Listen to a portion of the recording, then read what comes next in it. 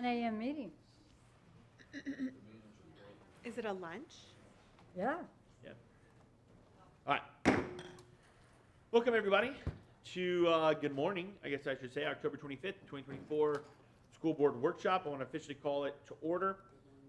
Any public comments? Laura, I did not see any on Granicus. All right. So we'll jump right into our first topic. Mr. Daniel with the Audit Committee report. Good morning. Mr. Chairman, members, Superintendent. Thank you. Audit Committee has been focusing on the transition in years, Audit Committee-wise, going from the 23-24 to the 24-25. We've already started on some of the reports. The sales tax report is expected to be presented to the committee on the 5th of November, 6th of November.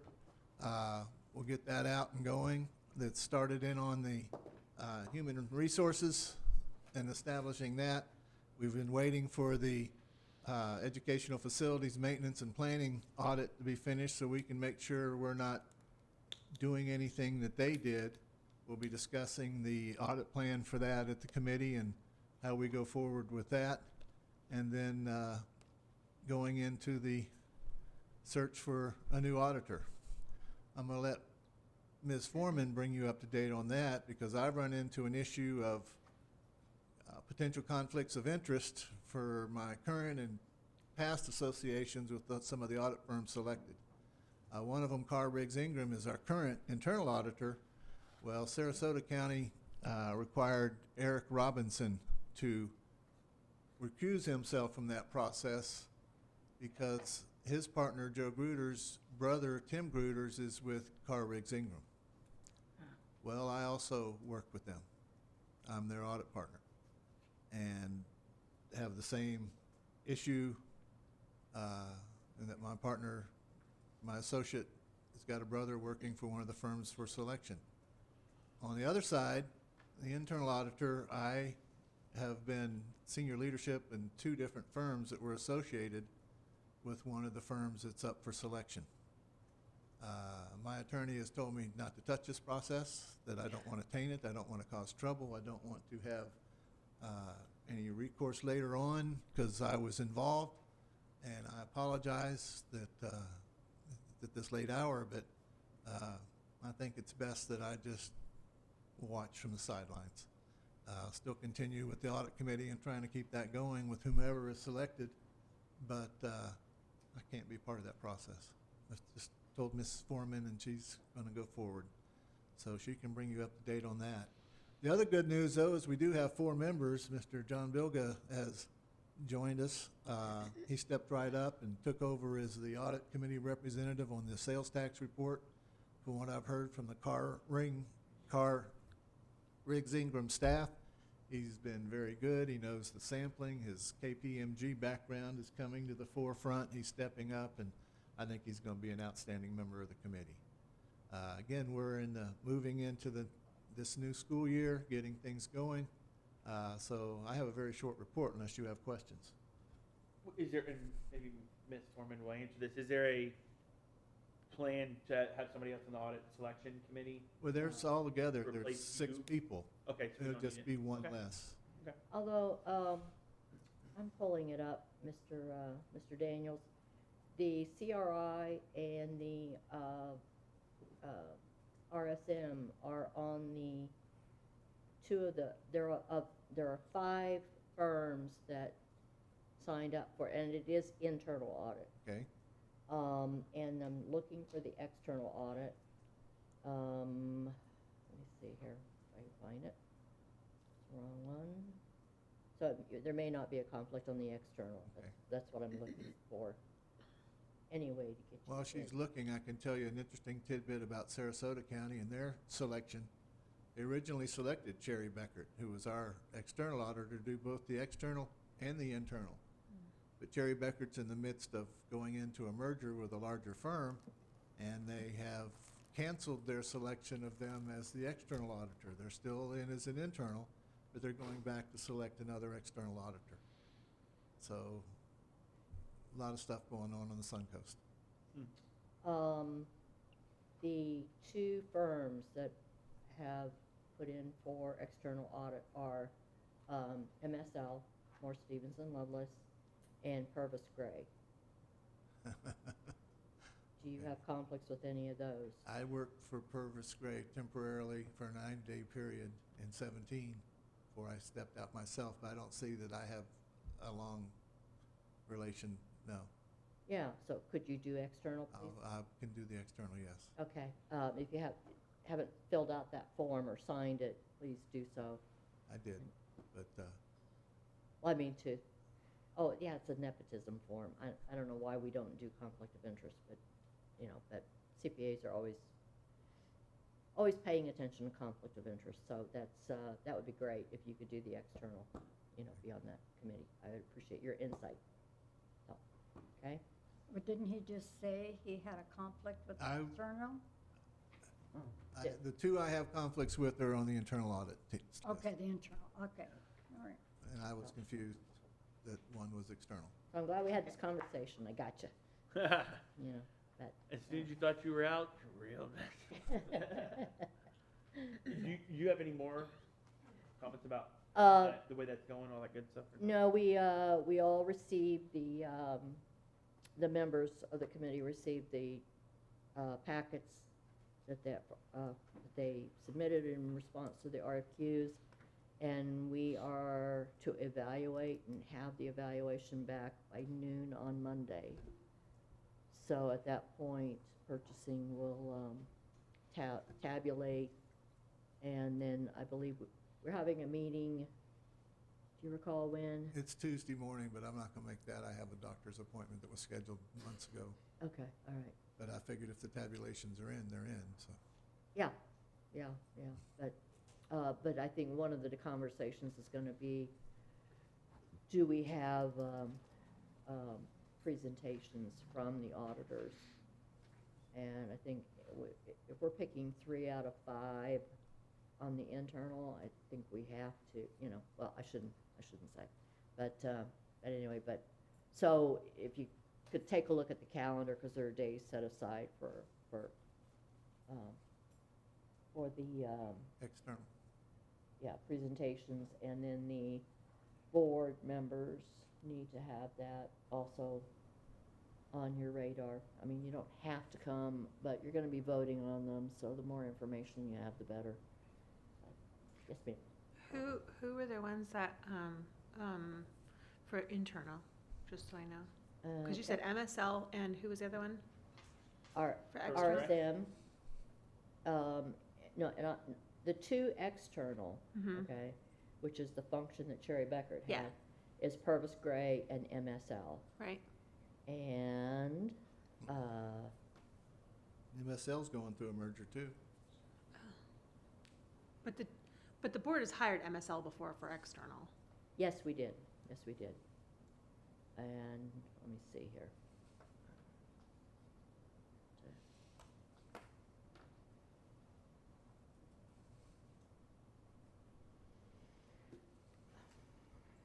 Sorry. That's all right, take your time. We put you on the spot. Yes, you did. I didn't come prepared. No, actually, I put her on the It's spot. Messenger put her on the spot. It's my thought. I did it. Yeah. I admit it. We'll join together and take, I'm Ah, taking shoot. blame for it. Come on. Because the audit selection committee are the only ones getting the information to do the scoring and that kind of thing. So we're not seeing anything until after the So they give us their recommendation. scoring, correct? Because I want to make sure I didn't miss something. I want to check with Ms. Gruitt on that, because I think the more information you have, the better. Right. I really do. In the same respect, like I like that committee can kind of work independently of even our influences. Not that anybody up Right. here would try to influence, but I have seen in the past where there have been attempts and successful attempts at influencing who this board had hired, and so I wouldn't want to see that happen either. I'm shocked. Okay. The 5 for the internal audit services are Markham LLP, Malden and Jenkins, who were our external auditors 10, 15 years ago, RSM, Carr, Riggs and Ingram, and Fraser and Dieter. Okay, So we'll get, if we could get at least that list, so we can, I mean, we're not scoring, we're just looking. Well, I think the point Ms. Messenger's making is that she prefers that that the board not exert. Oh, I don't want to Influence. exert, it's information only. But the whole point of that committee is that they have an expertise and they are independent of us, Right. and allowing them to go through the process, you know what I mean? But I do think having the names is important, because I That's know all I want. of past Right. companies that the board has used, so I was just kind of curious. That's really, it was just pure curiosity. I remember the last time when you were on the committee and auditors were selected, and I listened to the recordings. I couldn't be there in person, so I think there's a lot of value in hearing what the committee says when they deliberate, because they have a really deep understanding of what the job really entails, and what skill sets are important and all this. There's just, so I think I would like to know the dates of the presentations, because Yeah. if I can go, I'd like to go. I couldn't go last time, but I'd really like to go if I can. So I'd really like the She heard dates. us. She I'm sure heard us. she did. Yeah, okay. Her ears were burning and she knew. But I would really like an invite, at least a calendar Sure, invite to sure. be able to Hold go, and I wouldn't talk, but just to hear. And a list, that's all I want is a list. Good morning. Hi, Ms. Grit. Hi, how are you? I thought maybe I could Good. just rush down and answer your questions. That I heard my name, Okay. came a running. I appreciate that. No, we were just talking about the function of the board members in this. Because I do recommend that they attend the presentations if we have presentations. Sure, But, absolutely. Ms. Spray was talking about asking if they could get the packets. I don't care about the packet, at least a name. Oh, just the names. Yeah, I don't need the packet of what the audit selection committee is doing. I don't need to see all of that information. Yeah, just a list of the names we've I applied. just want a list Yeah. of the names of external, read 'em. internal. Okay, and you provided that already, yes? I just No. read them, She just read 'em. but she, And I thought I had heard something on my way out the door. If you need more detail in the recommendation of the rankings when that comes before you, sure, at that point we can share the behind-the-scene responses. Right. If that is what Right. you need. That's fine after the scoring is done and all that. Yes. I don't need anything other than what Ms. Foreman just said, the names of internal, external. I don't need any back paperwork, Okay, right, so. do you have an interest in attending the interviews? Because I will make sure you get on the invite list. Yeah, I think we should all be invited. Okay. Yeah, Right, whether we can make it, I don't know when the days are and all that. so if we November can make- 4th and 5th. Okay. November 4th. Yeah, I would definitely, and 5th? I would definitely shoot us an invite to see if we can, whoever can. Now, so my question is, that's in the sunshine, correct? That Yes, is. it is. Okay, That would be hard for us to right. do. I mean, if it's in the sunshine, we're good. Yeah, yeah, We it's can already been come. publicly Yep. noticed. Oh, okay, Perfect. Okay. okay. Yep, we're Yeah, so if you wouldn't mind getting us Sure. that invite. Of course. Yeah. and then, the meeting where the selection committee discusses the rankings, The shortlisting, that'll Yeah. be on the 29th. October 29th. If they Yes. could be invited to that as well, Will do. okay? They may or may not wanna come, and it will be recorded, so, So currently, the current firms you just read is not the short list. no, Okay. those are the submissions. And, yeah, we can't do five firms, just, Yeah, they're taking it 2 or 3 or whatever, yeah, I'm assuming. so. Okay. Are you done with me? I am, it was hardly worth the trip, was it? Let's think of other things we could ask It's always her. worth the trip to answer questions in person, so Thank you, thanks for coming. I'll make sure you get the Yeah, invites. appreciate that, thank you. Thank you We're gonna so give much. you a solid 5 minutes to make it back to your office before we say your name again. There's no more, nothing left on the agenda with Brittany. All right. Thank you. Okay, great. Thank you, Mr. Daniels. Thank you all. Are you done? Yes, I am. Mhm. Yeah, thank you very much. Any questions or anything like that? Enjoy your weekend. Thank you. Yeah, thank you very much. And thank you, Ms. Foreman. All right, let's move on to item number 2, which is something I'm super, super excited about and thrilled to see us moving forward with is MTC Project Edge program. And we have Dr. Gansby here and also Ms. Giddens from the Edge program. The computer logged out, so we're logged. Yeah, it's all good. Technology. Let's run there. She said on the computer. Good morning, Board Chair Cho, Morning. School Board, Superintendent Wysong, and staff. We're excited to be here today to share with you about the Project Edge that's over at MTC East. I'm Dr. Paul Gansmer. Next to me I have our coordinator of the program, Dawn Giddens. And we also want to thank Dr. Jennifer Gilray for being supportive and being here today with us. And she's the Assistant Director at MTC East. So with Project Edge, we also have a teacher with Project Edge, and that's Carrie Walden. Carrie's with the students right now, out of class. We did plan on trying to have a student and a parent here today to be able to help present and share with you. They still might come in, but they plan on coming in, but they might be caught out in traffic and all that stuff that's going on. So we do have a video of the students, so we will put that in at that time. And the student's name is Michael Sparacino, and father's name is also Michael Sparacino. So what I'd like to do is to share with you about the project. So if you have your PowerPoint there as well. The project is named EDGE for empower, because we want to empower the students.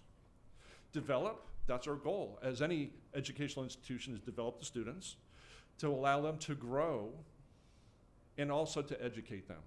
Plus, we feel that they have an edge in life to be able to do this too. So, with Project Edge, it might be, well, what is Project Edge? Why does it exist? What is it supposed to do? So, it's a post-secondary opportunity for students with significant cognitive disabilities to attend college. Now, it's said that way because that's what the Act says. Typically, we say it's adults with disabilities. That's what we've heard in the past. And now it's called students with unique abilities. So it's all about the verbiage part of it, too. Right now, we're working with the Florida Center for Students with Unique Abilities to provide an inclusive program. The idea is to have the students be able to learn skills and ultimately be infused into traditional schools for them to be able to learn side by side any of the technical programs that we have. We also align our beliefs with the Manatee Technical College vision to recognize, to be recognized as a leader of transforming individuals, all individuals, through the quality of education in technical education. I'm not going to read through every single line on the timeline. You're welcome.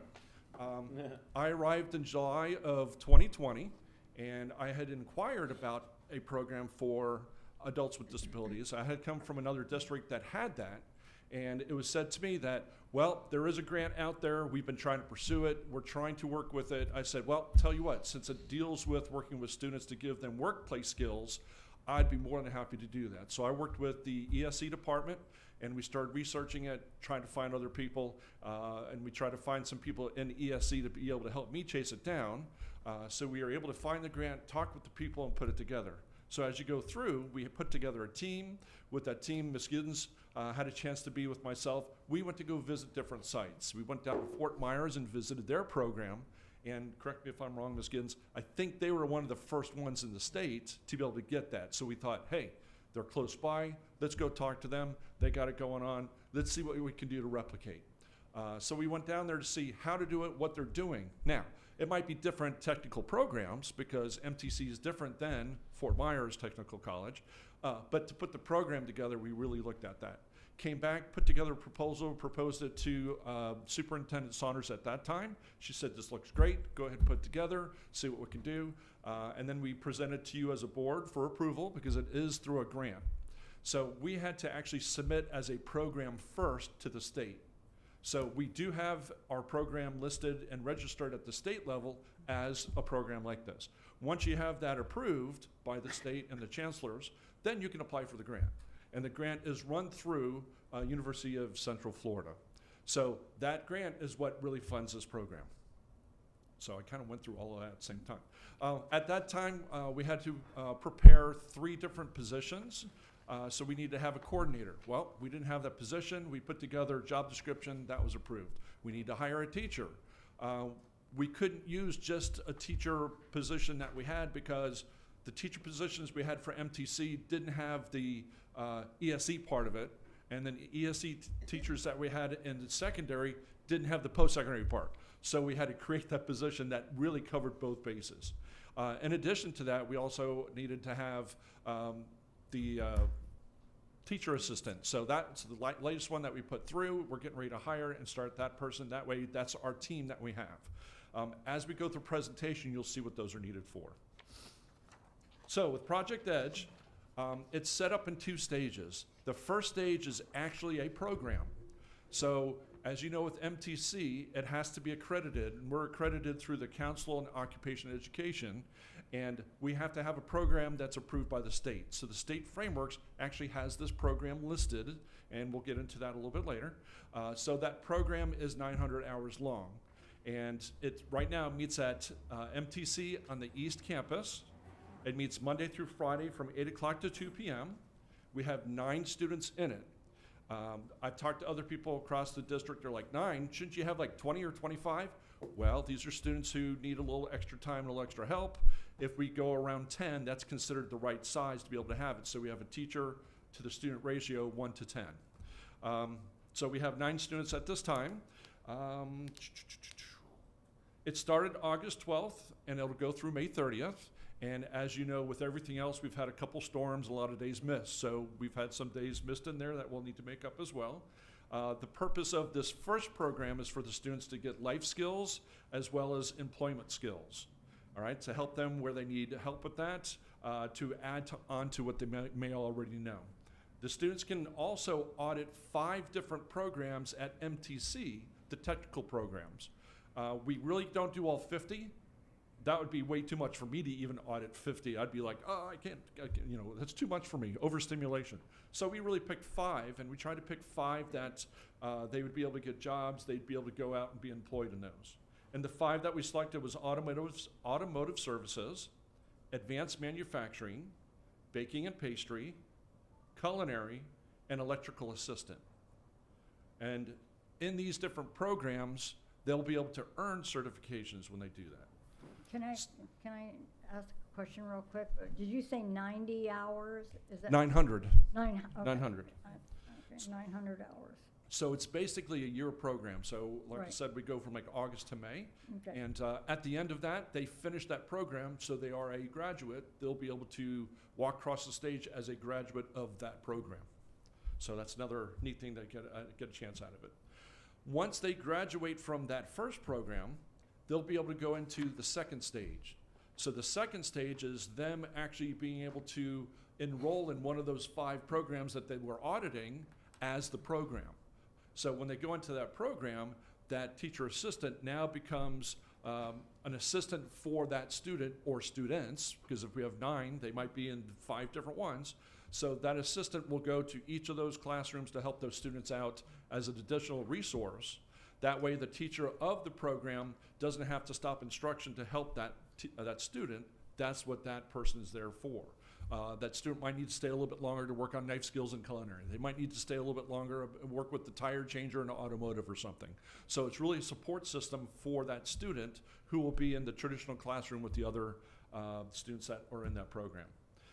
Depending on the length of what they choose, that second stage might be longer. 5 different programs, they're different hours each. So if I did this one, I'm only there for 350 hours. You're in that one, you're there for 600 hours. You're in this one, that's 900 hours. So stage 2 is really different depending on which one they choose.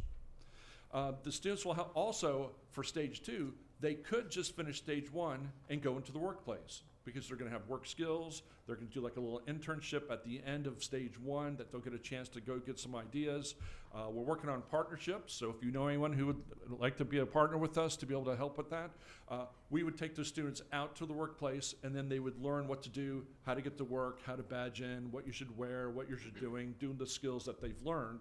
And then once they've done that, that's part of the education process. The hope is with our partners that the students would be able to interview, and then if they do well with the interview and show good skills, hopefully they can get a job there. So the question is, if they go to stage 2, could they do stage 2 and work at the same time? I would say yes, but they'd really have to work at the scheduling. So they might be working at night and doing the program during the day. Or they might just say, I'm fine, I just want to go to the workplace, this is what I want to do now. Could they come back and do stage 2 later? Sure. They would just apply and get back into stage 2, maybe with a different cohort.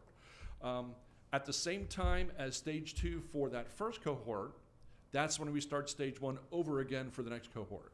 So this year we have 9, next year we could have 19 because we could have 10 in that 9. We might have some of the 9 that go get a job and don't want to do stage 2. So that's the way we'll build it. One of the questions I've heard before is, well, how big can this get? How successful could it be?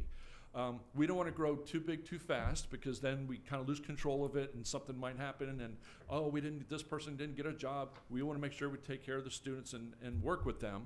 So I would say if we want to grow to where we have 30 students in it, we would need to hire another teacher, right? 1 to 10. If we want to have 40 students, that's another teacher. Then the question is, where are they located? We only have so many classrooms. We can't stick them all in the same classroom. So we'll worry about growth later, but that's the idea, is to be able to grow, to be able to help more students in our community. Dr. Ganserman? Yes, ma'am. What are the requirements of the student to be considered for admission? I will turn that over to Ms. Giddens. So per the FCSUA guidelines, students that are in Project Edge or any type of secondary program, they have to have a significant cognitive disability, which in the state of Florida is a 69 or lower IQ, and they recommend ages 18 to 26. That's recommended, though. If you had a 27-year-old, you would consider We would it? take the 27. A lot of programs, they'll take students who are older, but just in the guidelines that the FCSUA has provided to us, they just have the 18 to 26. Okay. So it could actually cater to those who may not have graduated high school. You have to have a high school diploma to be able to be in Project Edge. And that's part of entrance into MTC as a program that's So we accredited could through the do state. that. Right, okay. So, but that doesn't mean if they wanted to try to work on the GED that we couldn't expand to an academic program. Right. So there are I'm getting to that next. Good lead-in, thank you. So January 16 is when the grant came out, and then 20 is when we started working on it, and then now we have that grant. It's a 3-year grant. It is renewable though. So at the end of that 3rd year, we reapply for the next 3 years. Right now, there's currently 34 programs in Florida. 17 are tech colleges, 9 are community colleges, 8 are universities. So I did mention when they get to stage 2 that they could go to MTC. Instead of going to MTC, they could go to a program at a community college. They could go to a program at a university. Some of those programs actually have the residential part of the program. Right. So they actually go and they stay there and they live on campus. We don't have that, and no offense, we're not going to that stage. No. Because I don't think MTC is going to have a dorm next to it. We need a parking garage before we need a dorm. So those students, we've actually had some students say to us, hey, we'd like to do that. Next question is, well, where are they located? So there are 3 up in Pinellas area, like St. Pete area. There's one that's up in Tampa, and we have the one in Fort Myers. Those are the closest ones. So we're excited to help our community with the need where we are, but at the same time, if the students show that they'd like to go on to that part, they would need to meet the requirements academically, which goes back to if they need the GED prep or do something like that, that could be something that we add to our program or something like that. We'd have to work on it. We haven't really discussed it. We're just kind of going with what we have now, make it work, and then make it better as we move along. So do we know how much the grant amount is? That I don't see, I guess we're gonna The get 3.5 years, it was a little over 1.2 million. 1.2 Yes, ma'am. million. Okay. Yes, ma'am. Isn't the requirement for a high school diploma a barrier for Right. so many people to be eligible? It can. Because we don't only forget give a lo- a certificate of completion, isn't that correct? If they don't pass all the tests and do all the requirements, you can get a completion, a certificate of completion. And is that eligible? With these students, they can get a waiver for some of the testing as well, because if they're ESE students in high school, they can stay until they're 22, Right. and they have an opportunity to be able to do different things there too. I don't know. And there's also the 18 credit option for diplomas that students can work towards instead of the standard 24. Okay. Also, but to I'm that sorry. point, I know this is not necessarily this, it kind of ties into this. I think a couple years ago on the legislature, there was, and I don't know who it was, I don't know if it was House or Senate, Rodriguez, I but think. somebody was trying to lower that Oh. you didn't have to have. It was Susan Valdez, and Correct, to get into it got, college. it went very far It went far along and this then got last year. dropped. It got dropped, it's Yeah. gone, you know, And at one time, we did have the special diploma, but that was many, many years ago, and then they changed that as well. Each of the students have access to support of scholarships to be able to help them too, especially when you get to stage 2 and you're in a program.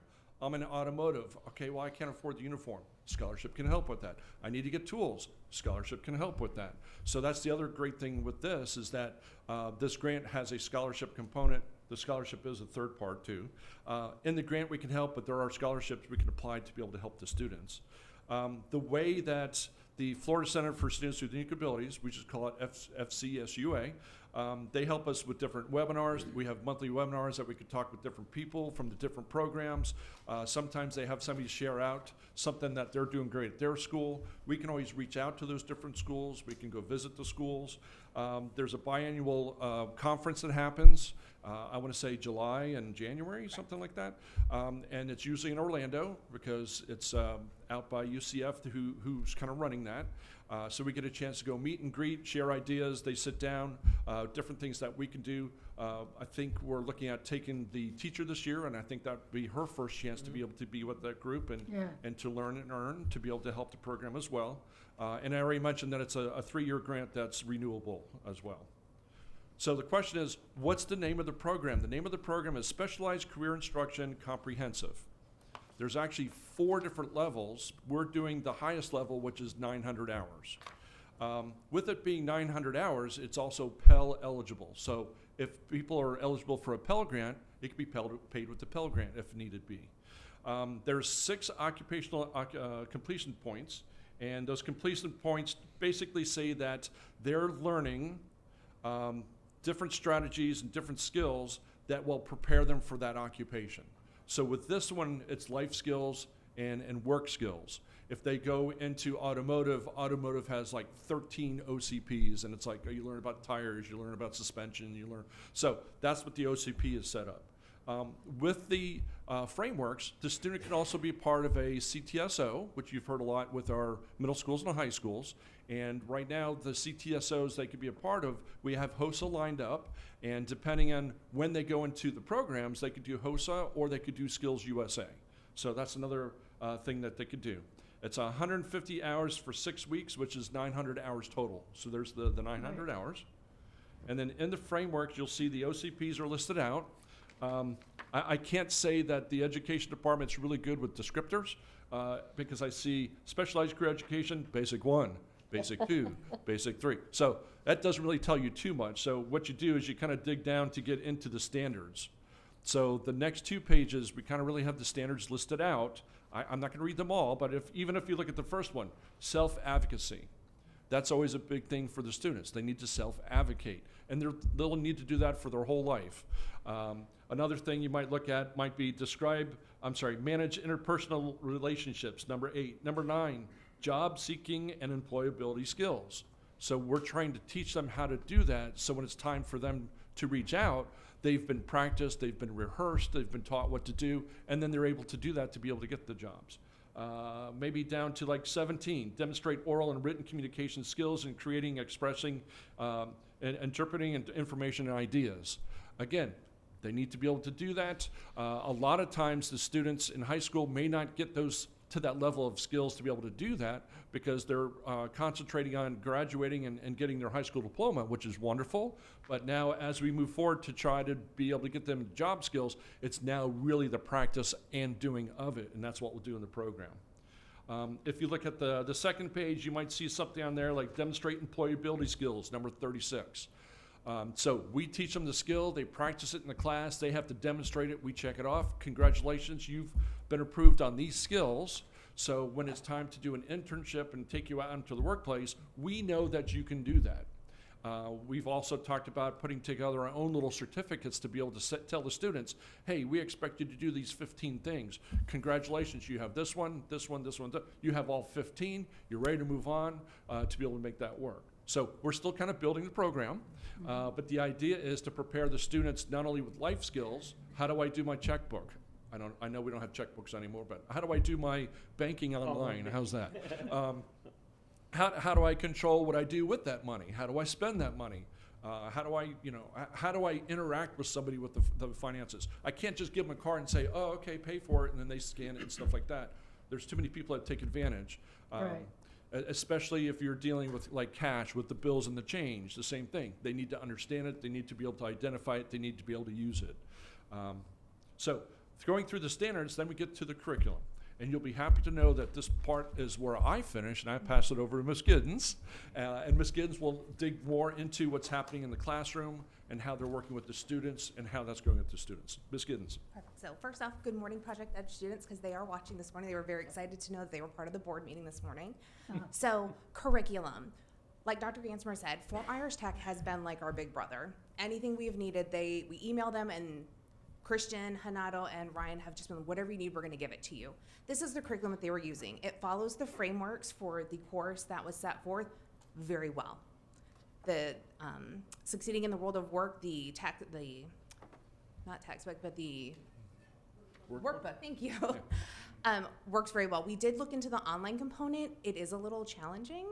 So we've kind of tabled that for right now. That's something we're going to reintroduce hopefully maybe next year or look at it a little bit more. But this is the curriculum that we're currently using.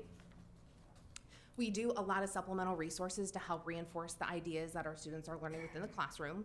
Listed here are some of them that we have found that have been working really, really well. As Dr. Gansmer said, soft skills to pay the bills, that's probably one of the best ones so far. It's really helped out. It's making the students really understand and learn how their money is used. If you get a paycheck, you need taxes. You have to make sure that if you're going out to eat, that you're going to tip somebody and that there is a percentage that you're going to have to give back. So that's been really helpful for them as well. So far, we have created projects for our students to do, just kind of reinforces skills. They love PowerPoints. We tried getting into Canvas a little bit, but PowerPoints they've really taken off with. So we've done a couple of fun projects throughout the year just to get to know them. So you'll see the All About Me. They did do an infographic about a program over at MTC that they could possibly be interested in going into next year for part of stage 2. Actually, yesterday we just wrapped up our Shark Tank ideas for the students, and they went over into our Conard building and were in the auditorium and did presentations for Dr. Ralston, Ms. Walden, and myself. Very interesting. They got a little nervous, they got a little shy, but it was nice to see them present their ideas, work together as a team, and come up with a project that they were trying to pitch to the Sharks. Vending machines is on here. We were fortunate enough, Dr. Gilroy let us take over vending machines on MTC East. So our students get the opportunity to do inventory and load those machines to learn about supply and demand. So we check out our machines, we see what is selling a lot, what is not selling. Alani Nu is very popular. Monster is very popular. Water, it comes and it goes, but it's a great opportunity for them to see what we're purchasing, what we're buying, and figure out that price point too. Certifications, these are the certifications that we are working on this year. We have the American Heart Association Family and Friends. I'm very fortunate that my neighbor is Mrs. DeBerry. She oversees the AHA on our campus, and she gave us this great resource for our students to use, so we're going to be doing that this year, along with Serve Safe Culinary, OSHA 10, and then Florida Ready to Work online program. This just came into our OCP that we're working on. We just started this week. They have the employability, soft and digital skills for us to work on. It's all online. It is paced at the student's ability, and it reads to them, which is fantastic. It gives us the option on the back end to see how far along our students are. It tells us how many minutes or hours they've been in the program. If they need additional support, it is there for them. Clubs and organizations, we do have a couple of students who have chosen to join HOSA on campus. It has been phenomenal. They've been helping out with t-shirt designs. We're currently helping out with our kindness jars that are on campus. And then Ms. Walden and I created Sigma Upsilon Alpha for our students because they really wanted to join and be a part of something. So that is just a service organization that we've put together. The students help us create bylaws and how they would run their program, because it is like a fraternity. So SUA, for students with unique abilities, we thought that was nice and catching for them. And so far we've been able to partner with the Family Resources and do a toy drive with them. This month was Developmental Disabilities Awareness Month, but unfortunately due to the hurricanes, a lot of the things that we wanted to prep and share with our fellow colleagues, we weren't able to do, so we're hopefully gonna push some of that stuff out into November and December. In regards to collaborations, we are fortunate that the Florida Center for Students with Unique Abilities was looking for a beta program group to utilize Jobtimize. That is a program based out of Canada, and it helps individuals with their resume writing and finding their strengths and weaknesses. We also, like I said, we're partnering with Fort Myers Tech in the Hire program. We are actually pen pals with them. So we write letters weekly back and forth with our pen pals, and it's working on that writing skills, punctuation, not having run-on sentences, asking how you're doing, just that back and forth with them. And it's been really successful so far. We're really excited, hopefully to maybe meet at some point in time this year, have them come up and visit us, and then we can head down and visit them at Fort Myers. And then Florida Central Credit Union is gonna be working with us on financial literacy later on in one of our other OCPs. These are our current advisory board members. Unfortunately, we haven't had a chance to meet yet due to the hurricane, but we will hopefully here in the next couple weeks. If there's anybody that knows anybody that would be willing to be a part of our board, we are open arms welcoming anybody. At this point in time, we really don't know what our students want to do. They've done a lot of interest surveys. They're figuring out what they want to do. So it's hard to pinpoint, oh, I need to find somebody from an automotive field. We need to find somebody who's in pet care. We're just we're figuring it out, and we're going to get there. And so hopefully once we decide or figure out who our students really want to work with more, we'll be able to pull in some more of those individuals as well. These are just some fun photos. We are very fortunate. We are in the Wells building on the Allied Health floor, so second floor. Our colleagues and our peers have been phenomenal. We've been able to work, this one right here is the surgical tech, Ms. Lee, invited our class over to kind of explain how her class works and what they do. So she fully PPE'd everybody. She taught them how the proper hand washing. She gowned them up. She treated them as they were the doctors in the operating room. She walked them in. They got to use the simulator as to how a physician would actually go in and do a surgery on somebody.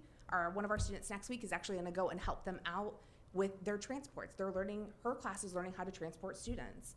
And she's like, would one of your students be willing? And I said, absolutely, because we asked this specific student. He's like, yeah, I really wanna help. So he's gonna be their patient, and he's gonna be able to advocate and tell them, yep, that's comfortable, that's not comfortable, I don't like the way that feels. Oh, it's a little too bright, it's a little too dark. So this is one of the opportunities, and we've also been able to have facials. Our students were invited to go over and get facials done. It was amazing to see just them relax. If they didn't like it, they would say, you know what, that feels a little funny, I don't like that. So it was a good learning opportunity, not only for the facial students, but for our students as well. Some of the opportunities that they have for learning job skills is sanitation, cleaning, taking care of things, henceforth the OSHA. And so that's not only for their skills at home, for them to be nice and clean and sanitized, but also they could use that to be able to go into a job that maybe works on that. The other part of it too is we'll be working a lot more with like cooking and preparing food and serving food. The idea is to prepare some meals that some of the students at MTC could be able to stay there to eat, as opposed to go off campus to get food or bring their bologna sandwiches from home or something. So that would be preparing food, learning how to do that. That's the whole culinary serve safe as well. So we have different opportunities to be able to build what we want, because basically we're addressing all the frameworks for them to be able to get those skills. So as we build it this year, then we'll do even more next year, and eventually we'll have our packet of what our curriculum would be. What we tried to do is we want to bring you some feedback so far from like parents and from the students. So next Dawn's going to show you is parent feedback, some letters that were sent in. So I'll turn it back to Dawn.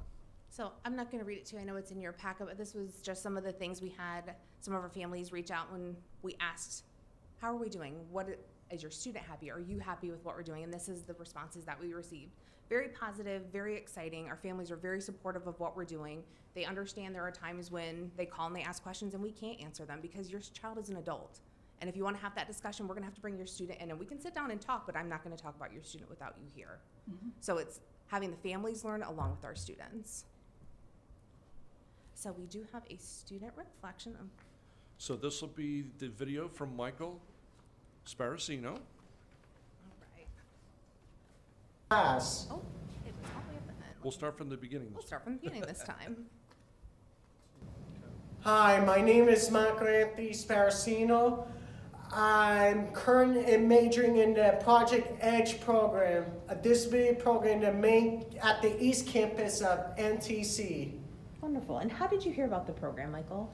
While I was majoring in the GED program last year, I heard they were creating a new program, a disability program, in the East Campus of which they're creating a new program called Project Edge. And how do you like your classes so far? I actually enjoyed the classes. We'll be learning about job application, what's expected, how to be a professional student, and how to act like a student in this campus, like wearing an ID badge, a uniform, and All right. And what is one thing you've enjoyed most so far? I enjoy working with my classmates. I enjoy learning about how to apply a job application and what's expected to work in a professional job and what's a professional to be a student in this class. So that was Michael.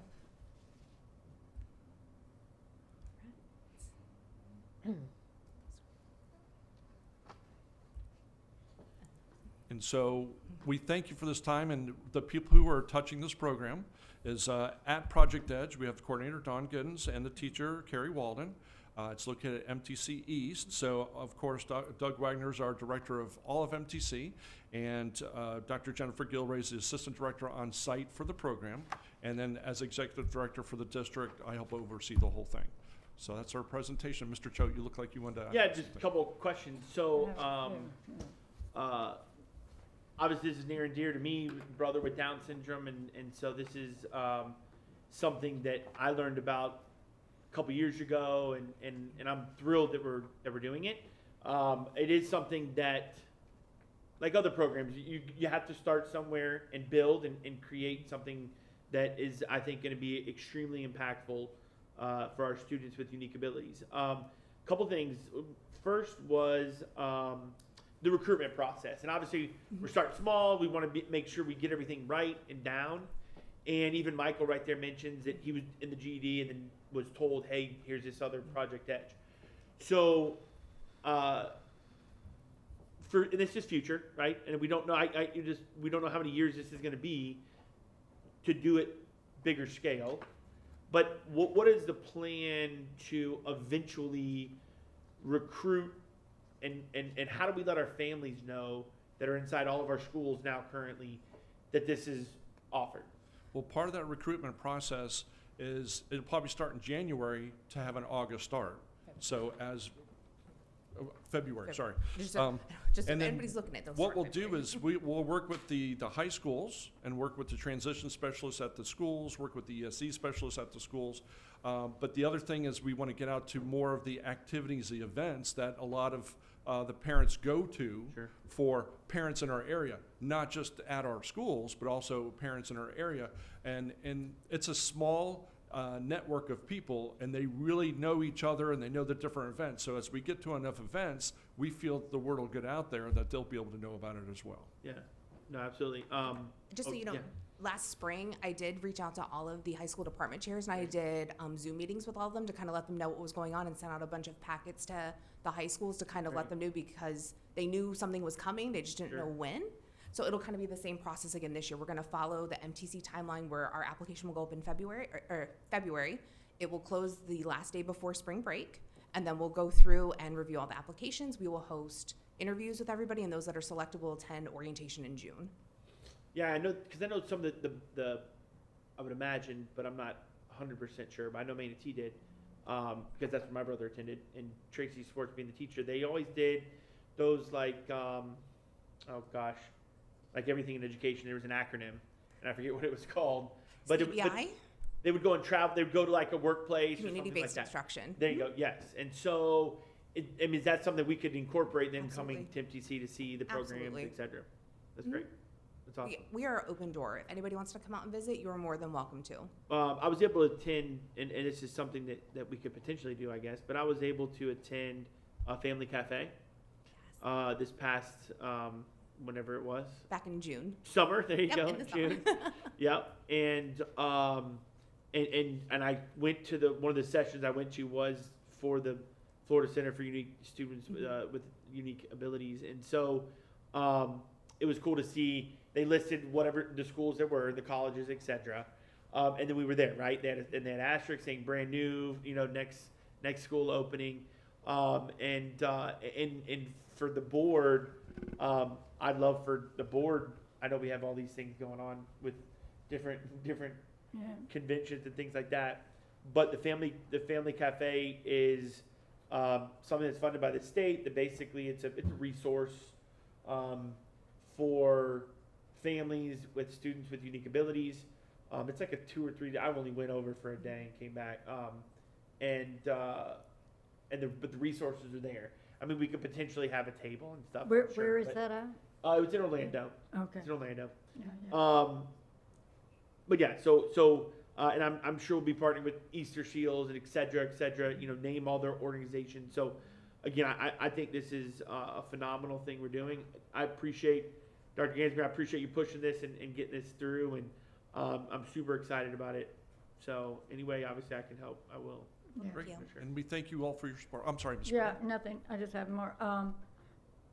First, of all, does the chamber, I mean, we have a lot of businesses Yeah. that belong to the chamber. Is the chamber aware of this program and how we can provide, workers?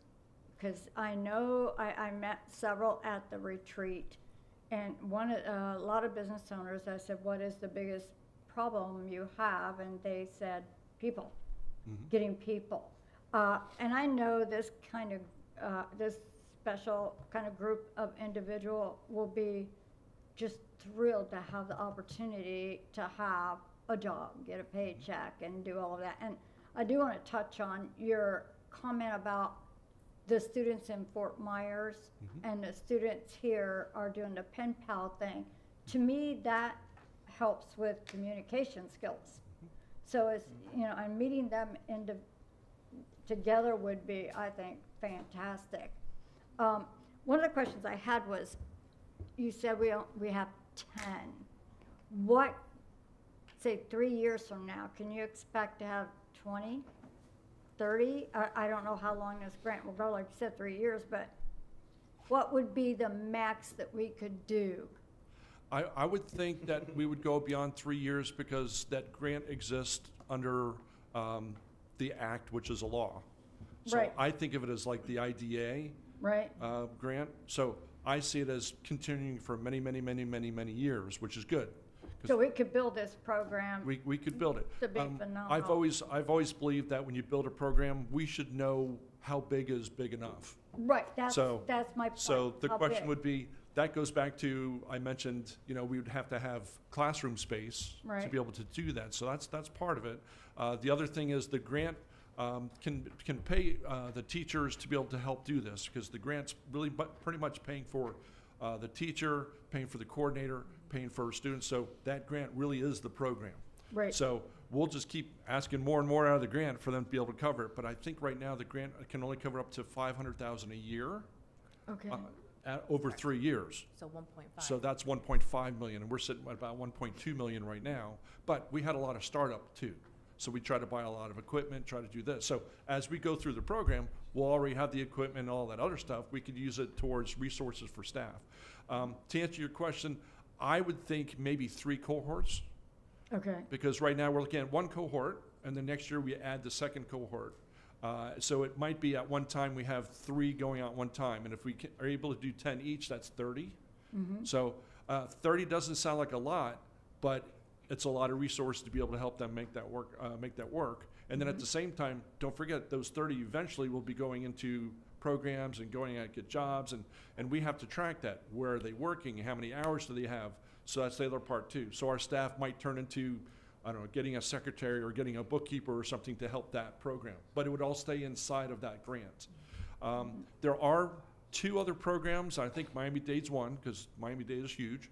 I think they have like 60, but that's like at a state college, so it's run differently. And then I think there's one other one that runs like us, and they're sitting at 30, and they pretty much said that's probably a good size to keep it as a large program. Some programs out there have 4, 5, or 6 year to year.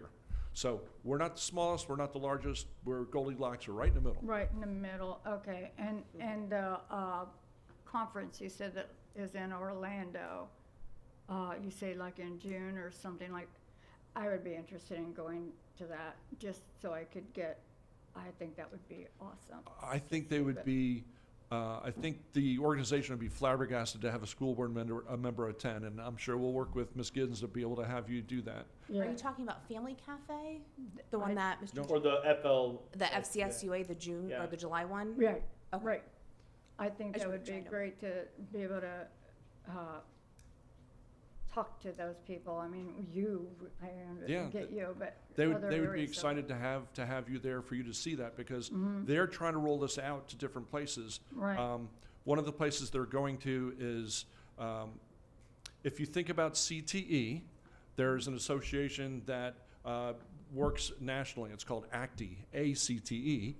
And at ACTE, they are actually taking a team to go out there to talk about this program. And they've invited me to go as an administrator to talk about what we've done here in Manatee County, how to roll it out, how to talk to the school board, Right. how to get people in the area. Because we did a lot of prep to be able to get this going. We just didn't go, oh yeah, let's do it, and dropped it on you. We Right. really had to build it and put it together, because my belief is, build it slow, build it correctly, and it will have sustainability. If you just throw money at it and do it real quick, a lot of times it falls apart. Or that person leaves and the next person doesn't know about it, and next thing you know, you're not able to continue it. So, Do we have the capability to, you said it's at MTC East, to have it also at the 70 campus? what we'll do with this class is they'll have opportunities to be on main campus, not necessarily 24/7. Right. So it's really housed at MTC East, because that's the room we're able to have it in. Dr. Gill is wonderful to be able to provide that space for us. Right. If we get additional room on main campus, there might be an opportunity to be able to have a room designated for that other cohort. Maybe we have 2 cohorts going out at 2 different campuses. Okay. And then Dawn's just gonna have to drive real fast back and forth. Oh, well, right. By that time, maybe we'll have more than. We'll transport We'll her. replicate you. That's right. Okay. Awesome. Anybody else? There's a parent reflection video? It was in the slide deck. There was no parent reflection video. We were hoping they would be here today. Okay, that's fine. Great, thanks. I was just interested to see it if it was there, but it's all good. Thank you. Awesome. Well, thank you all very much. Thank you very much, Really, too. really appreciate it. Thank you. Excited for the program. Excited to get out there and check it out. So thank you very much. Good job. Perfect. Sorry, that was my phone ringing.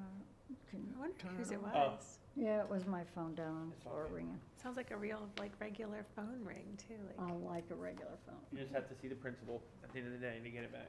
All right. Is that what the policy? All right, I'm kidding. board, we don't need break. Anybody good? We're good? Good. Okay, figure we may take a break after this one. All right, item number 3 in the workshop today is the discussion regarding the superintendent contract.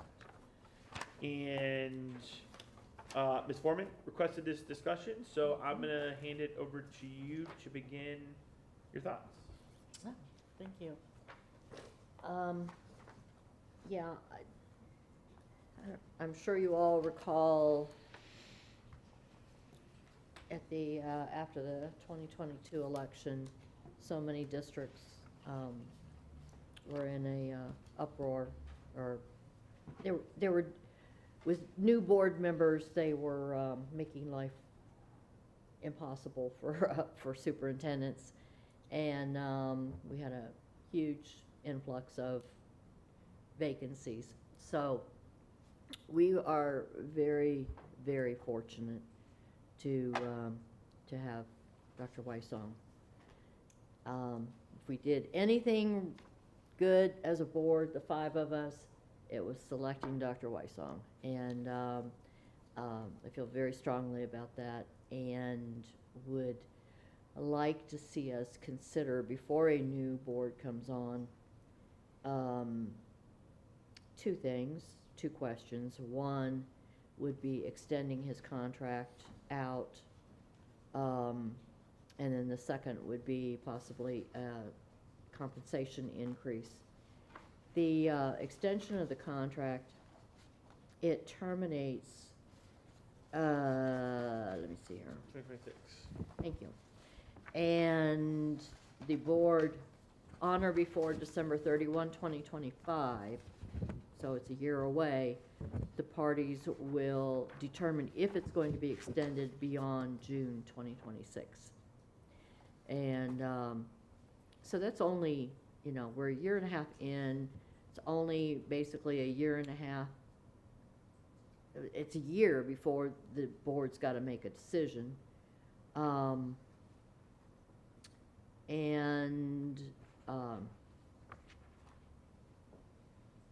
know, I wanted to put it out here for the board to discuss and to see if there's an interest in doing that. I take it the proper protocol would be to have Mr. Dye work with Dr. Wysong to work out the terms. The other, and I pulled this up last night, taking a look at the issue of compensation. Dr. Wysong's getting $235 plus, I guess, whatever the SAMP increase is each year, which is like, I think the first year it was 2%, and that's, you know, on his salary, that's like $4,000, so it's not, doesn't even keep up with inflation. Sorry, other SAMP people. But you look at what he's been through in just a year and a half. I mean, I think we've had 4 hurricanes, if I'm not mistaken, that, you know, where there have been sites, 3 or 4. All of the, Maybe 5. maybe 5, yeah. 3 this year. I mean, that's not easy to get through. And then, as well as all of the security issues that have come up. This has not been an easy job or a routine job. And, and I'll be happy to send it out and actually. Yeah, can you go ahead and send the compensation link that you're looking at? Can you send that Yeah. to Laura, then Laura can send that to everybody? Yeah, Whatever link that is. yeah, I will. I'll do that right now if I can. Bless you. Don't make me talk so I can get that done.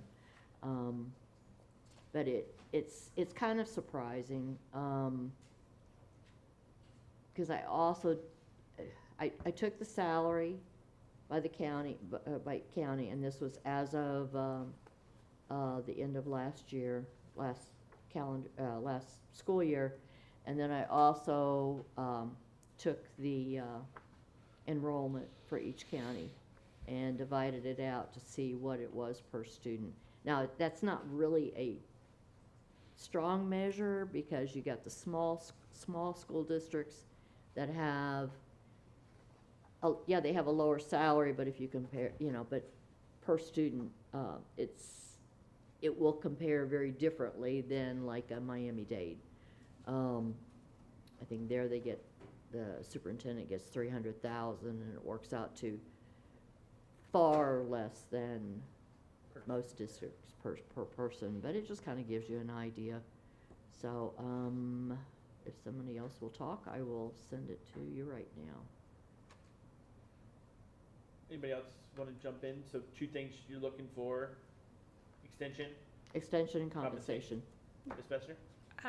So I agree with you that asking Mr. Dye to work with our superintendent on behalf of us, I support that, especially for the extension. And obviously I have a huge amount of respect for Dr. Wysong. I think he's doing a wonderful job.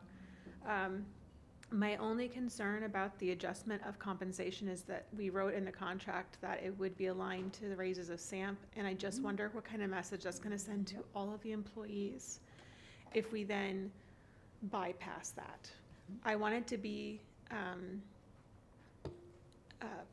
representative of the job that he's doing, and I certainly do not want to see him go anywhere, and he knows that. I think a lot of him, I think he's very smart, I think he's very capable, I think he's doing a great job, but I do have concerns about that. So I think if you were going to do that and propose a different number, I think we'd really have to justify it, because I don't think there's very many employees in the school district that get this privilege to say, but really the market now bears this. There are times where that happens, but it's not very common. And so I just want to make sure that we're sending the message that, you know, we recognize that there are a lot of other employees that don't get that privilege, and you might say maybe he needs that privilege, and I'm not necessarily disagreeing with that either, other than I just think we need to have respect for the employees that don't get that privilege, and there's a whole lot that don't. And that's just my big concern with that, because that's why we wrote this in, that it would be commensurate with SAMP, because we were hoping that that would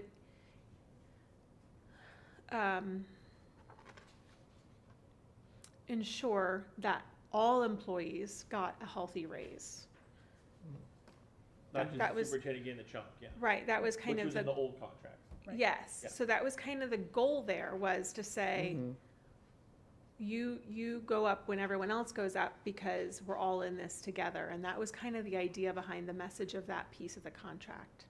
So if you can say, like, hey, there's a, you know, we're gonna really update this contract, then maybe you could say, hey, here's a new number, and this new number secures you for this many more years. That I could see, but saying it in the sense of, well, that raise wasn't enough. Like, I don't think that's the same thing as saying, here's a new contract, do you know what I'm saying? I do. There's a different way to look at that. And to me, like, I have concerns with that piece of it, and how it would be used and poised, and the purpose. So if the goal is to extend it, and this is what we believe is fair based on market value, and the purpose is that we're really creating a new contract, because it really would be, if you extend this, it's going to come before us as a new one with new dates and everything. That's different than saying, well, do you know what I'm saying? Right, you know, I was going to say that if we're creating a new contract, as we're extending a contract, you can change salary at that point to whatever you want, That's what I'm trying to say. rather than just saying quote unquote raise. Right. Okay. I feel like I think we that's have the to- wrong message to Right, send, right. and I don't think that that's fair to the employees of the school district either. Okay. I think if there's a new contract, I think there's definitely justification there to raise salary or whatever. And if or you choose whatever. to extend the date, then it really does kind of become, like, you might keep a lot of the same provisions. You might want to only edit these things, but just like any other contract that comes before us, we might get a new quote, we might get, like, there might be new, but it's still a new contract extending the date. Okay. Yeah, Mr. Ignore the spreadsheet, because I had two files and I sent the wrong one. Okay. Alex So- Martin. Yeah, but I Delete. can, you know, if y'all are interested, I can, Okay. send that to Ms. Cox, and she can get it out to you later. You know, it's, So this It's one that we public just got is no good. no, it's no good. Okay. It covers like 10 counties. No, the one I got has 75. Oh, does it? Everybody. Yeah. Oh, Yeah, You scroll down, it's got everybody. 74. Yes. And then ours is like bigger. oh my gosh, that is it. Yeah. Okay. And ours I is don't know like what I'm looking bigger at then. font. Look Yeah, what you that's Might it. see it. Okay, Look what that's you it. did. You did it. I did it. I did it. Yay. Excel. All right, Ms. Rep. Okay. First of all, this is a 3-year contract. We're one and a half year into this contract. Our first major role when I got on this board was to find a superintendent. That was upon a new board to do. And that's what we did. I don't think it's appropriate for this board to extend a contract for it's not anything against the Wysong or anything like that. It's more about the new board's decision. The new board will be working with this superintendent longer than 3 of the board members sitting up here now. If you think about that, a year and a half plus an extension would be longer working with this superintendent than 3 board members up here now. So I don't think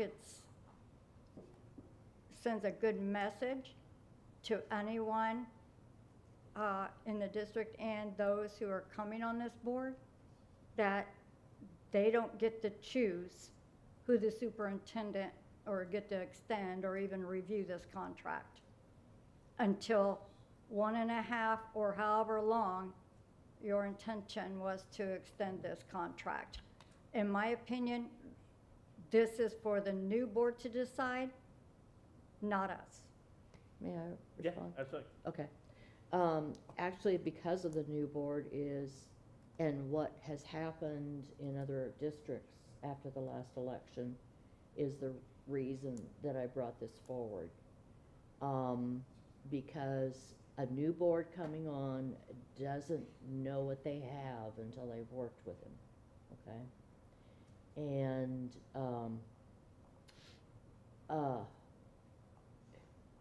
we saw several boards come in and first thing they did was terminate the superintendent.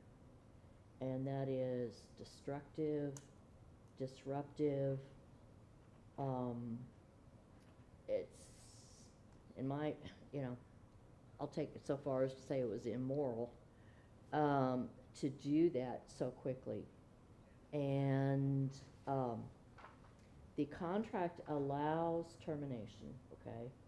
So it's not like they're stuck with it. They can terminate either with or without cause. If they terminate without cause, they have, I think, 60 days, and he is compensated the balance of his contract, which for a superintendent who has picked up his life and his family and moved over here, and has only had a year and a half, if that happened, he deserves compensation. This is the risk with the job. I'm looking at the contract. We paid, we gave him more than our opening offer. He gets automobile. We pay $400 for additional expenses. Plus we gave him $15,000 for moving expenses, plus $4,000 for temporary housing. Well- I'm sorry, Ms. Foreman, I kind of disagree with trying to bring this forward now with just less than 2 weeks of an election of a new board coming on. I think it's sends a message that you have no confidence in the board members that will be here after you're gone, or confidence in newly elected board members.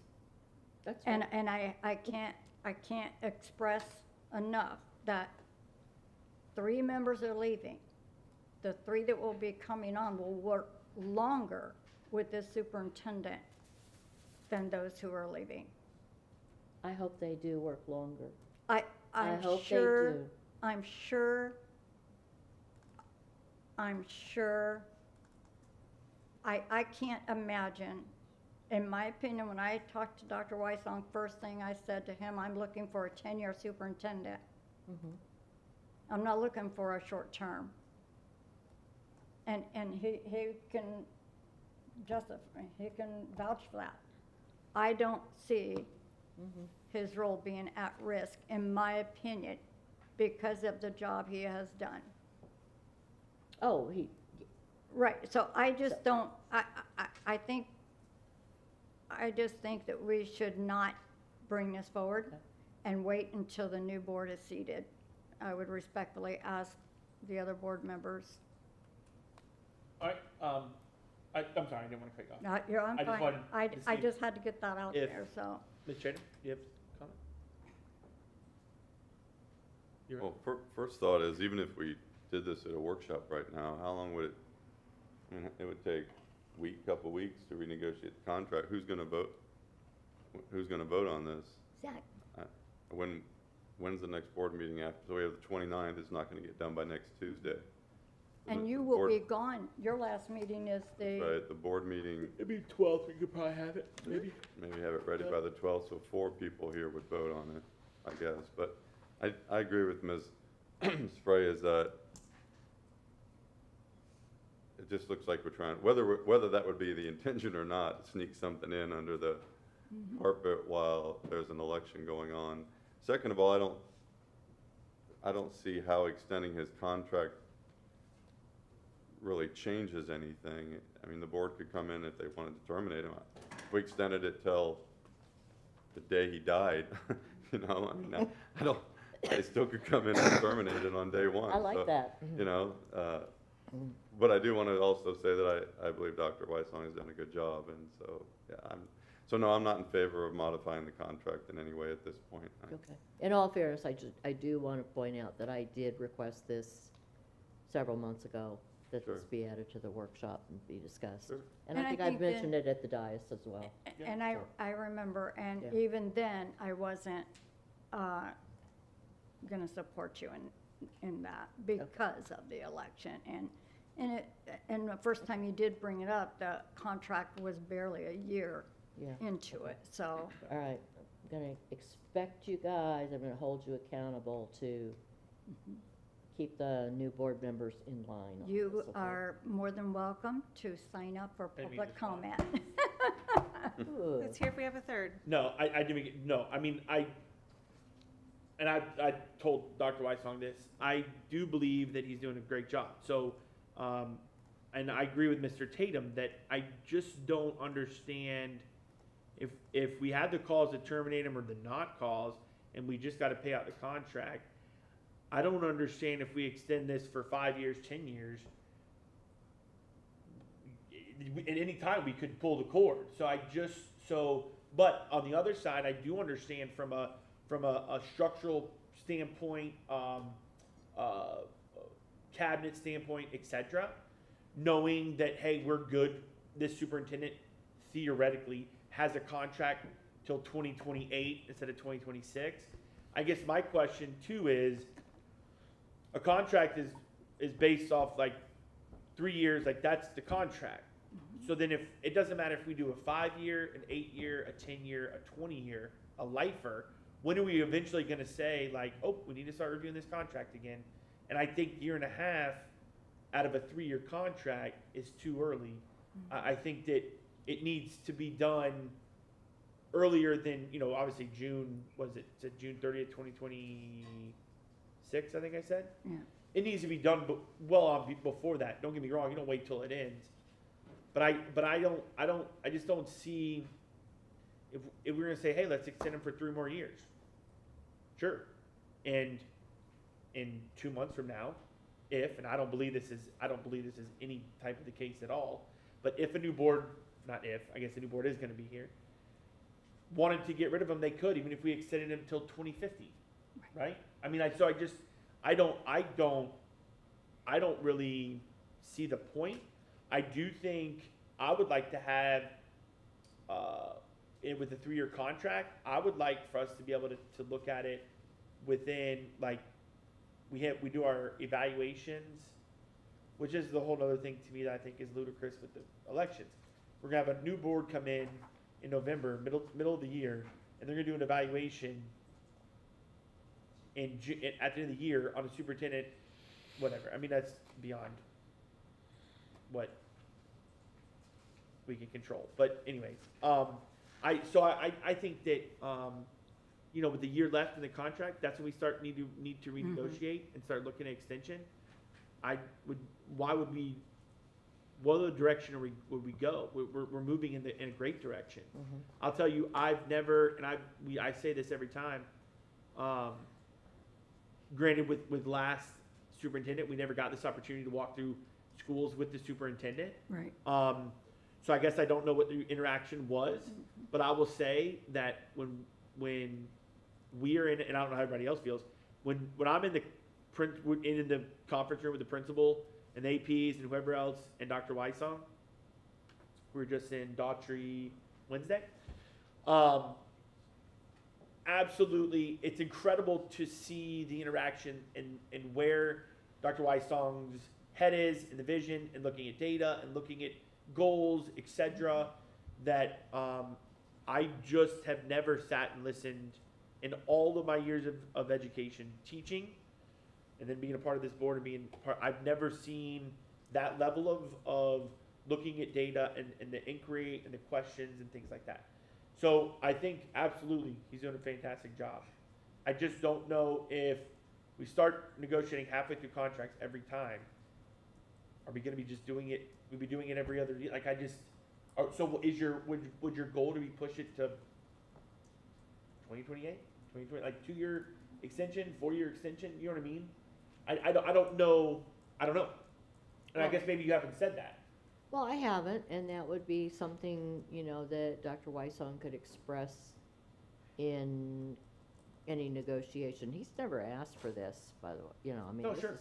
this is totally, the thing that brought it to my mind was when Sarasota extended theirs. And, they both came on about the same time, and, frankly, I think we got the better deal. So, I agree.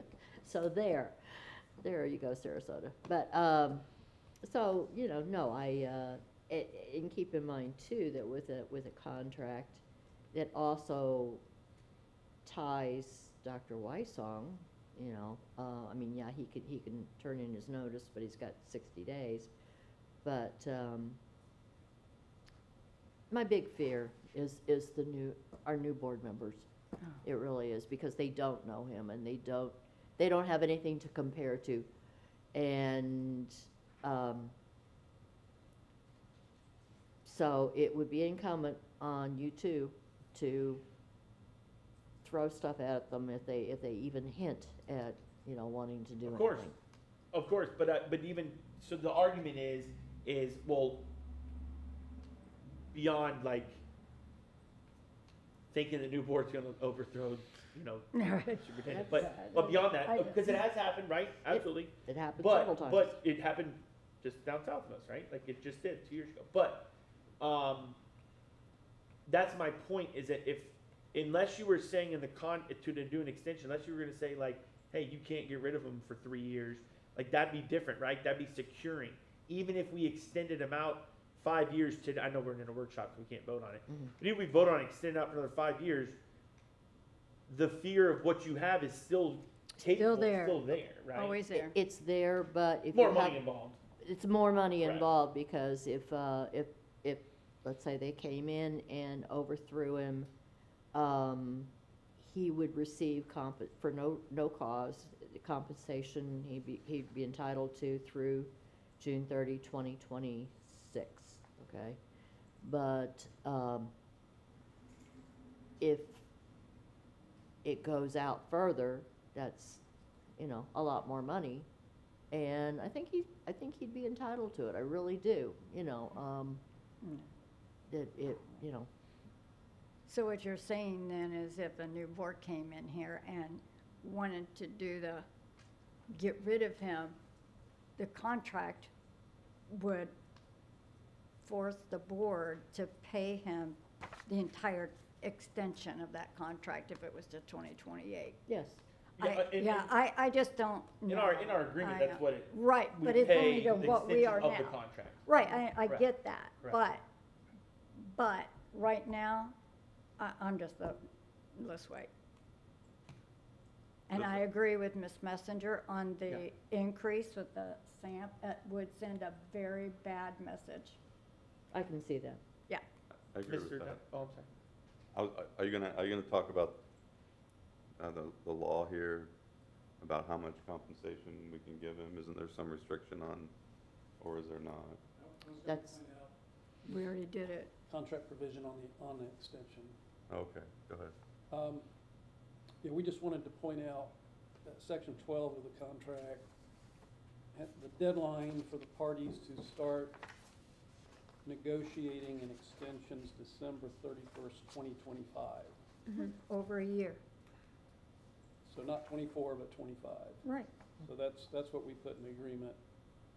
And that's the latest to start negotiating an extension. Right, right. So I just wanted to point that out. I don't know if you said I was saying, yeah, that we definitely don't want to wait till, We don't want to wait later, till absolutely. December, Yeah, but that's all. That's the only point I wanted to make. gotcha. So, Mr. Dodd, does Title 215.425 apply? Because there is that, at the bottom, just out of curiosity, it says, under the termination clause, it says,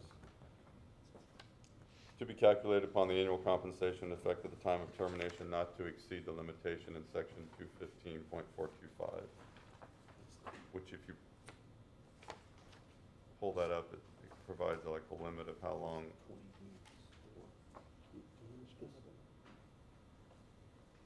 It's my understanding, Mr. Chair, through the chair, that the reference to Chapter 215 is for a 20-week limitation on a payout of state-funded.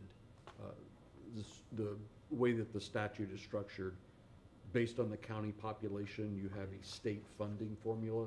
Okay. And you can go over that as a local funding, but as the state funds, they're limited to a 20-week period.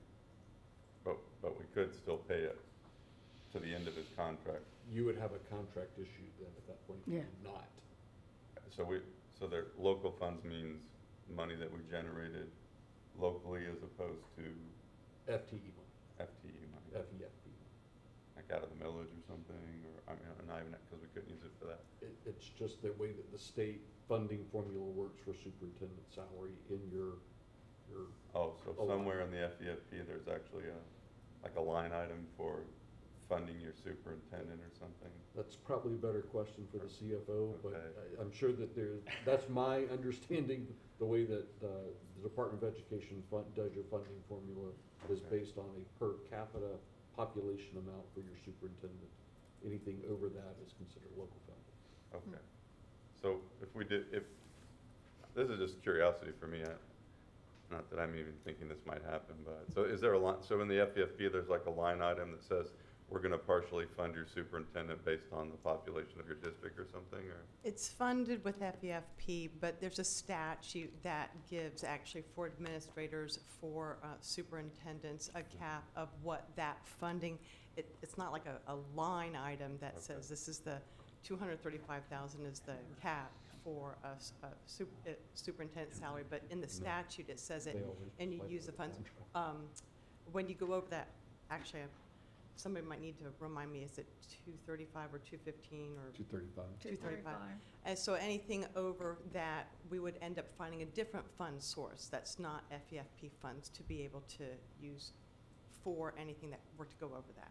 Okay. To still stay in compliance with the statute, be able to meet the compensation package that the board approved for the superintendent. Thank If I- you. If I may, Mr. Chair, I'll Mhm. just, this is a good opportunity to point out from a legal standpoint that sometimes the funding formulas that the state gives us is a little less than transparent when it comes to how these are structured. No kidding. Really? nice. Just a bit. Yeah. Go figure. So I think we pretty much have a consensus. Yeah, right? yeah, I don't think we need to bring it up to a vote, but I'll say this, and I know you've already said it, and I don't, well, I've said it repeatedly, this isn't to me a knock on the job that Superintendent Weissong has done, Dr. Weissong has done. I think he's done a fantastic job. To me, it's just the contract's for 3 years, and that's the contract. We'll renegotiate by December 31st or whatever, 2025. And I haven't heard any, I mean, I know obviously what happened down in Sarasota, but I haven't heard any, I mean, especially with the political cycle, like, No I negative haven't heard feedback. anything about it. So I guess I could see your point if it was like rumblings, but I don't see the need. Agreed. I hope not. Otherwise, you're gonna see me down there I would Okay. welcome you, because I would Why agree not? with you. at a board meeting yelling at you. I'll be there too, Okay, all right. There you go, all three of us. if push came to shove, so to speak. With my children in the audience, because this is about my kids and having continuity for them. I think. So I you don't do that instill and just feelings. watch. Yeah, yeah. I'll bring them. And tell them not to behave. Rope off the All right, we're gonna area. take we're an hour and a half in, so we'll Yep. take a 10-minute break. It's 10:33. We'll come back at 10:43 for our last presentation on strategic plan.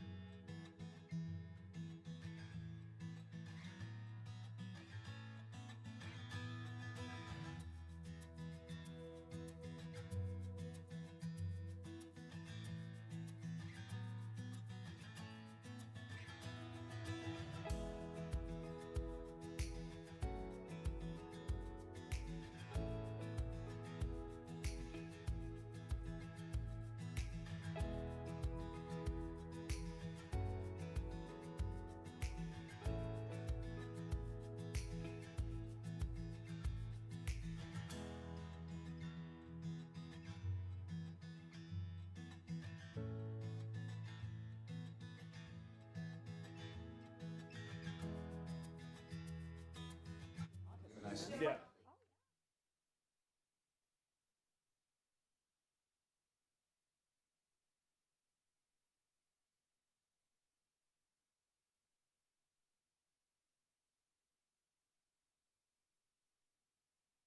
right, welcome back.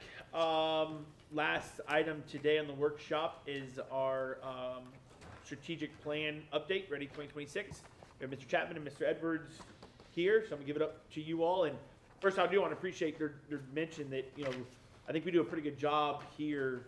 I'm sure the board would agree with all of our items that are on the board to show like where does this hit in the strategic plan. Dr. Whiteson is a good, whether it's consent items or whatever it is. Y'all do a great job of saying, you know, we're doing this or this hits in this part of the strategic plan. So I think we almost get an update all the time on it. And then consistently, obviously, our updates from our deputies are fantastic too. But we'll give you two good-looking gentlemen some FaceTime here on our strategic plan. I always look better next to this guy, but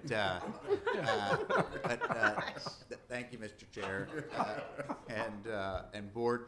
So let me set the stage. So this is our Ready 2026 strategic plan that was approved by the school board in October of 2022. So it started that school year, the 22-23 school year. We obviously just completed our second school year of this strategic plan, the 23-24 school year. So MSTV has a video to queue up that was sent out in October of 2022, and I wanted to play it for you all to see. I'll comment after it, but I think you'll see where I'm going with it once we play this video from October 2022 as we launched this new strategic plan, Ready 2026. So let's play that video.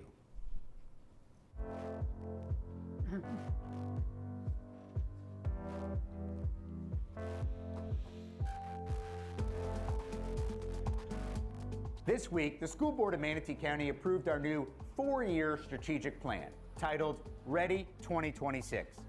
Building on our previous strategic plan, this new plan lays out the detailed work ahead as we look to improve early learning and grade level reading, prepare our students for graduation and life after school, and position our school district for a competitive job market and the incredible growth we are experiencing here in Manatee County.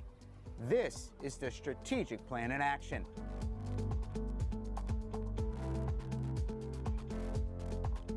I'm here at McNeil Elementary, where we all know that a quality education begins with reading.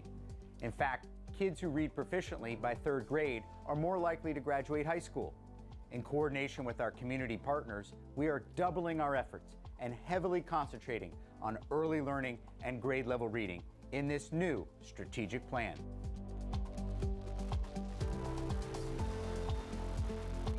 As our students matriculate through school, we must prepare them for life after graduation through career and technical programs like this robotic and animatronics program at NOLA Middle School.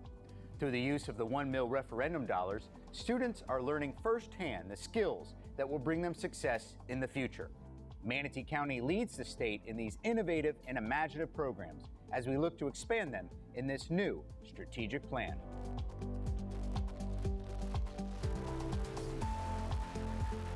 We must keep up with the increased growth we are experiencing in Manatee County, so the school district is rapidly modernizing and building new schools. In addition, as the labor market becomes more and more competitive, the district must keep up with this fast-paced market so that we have a workforce for the future. By focusing on these core areas, ready to learn, ready for life, and ready to grow, we are Ready 2026.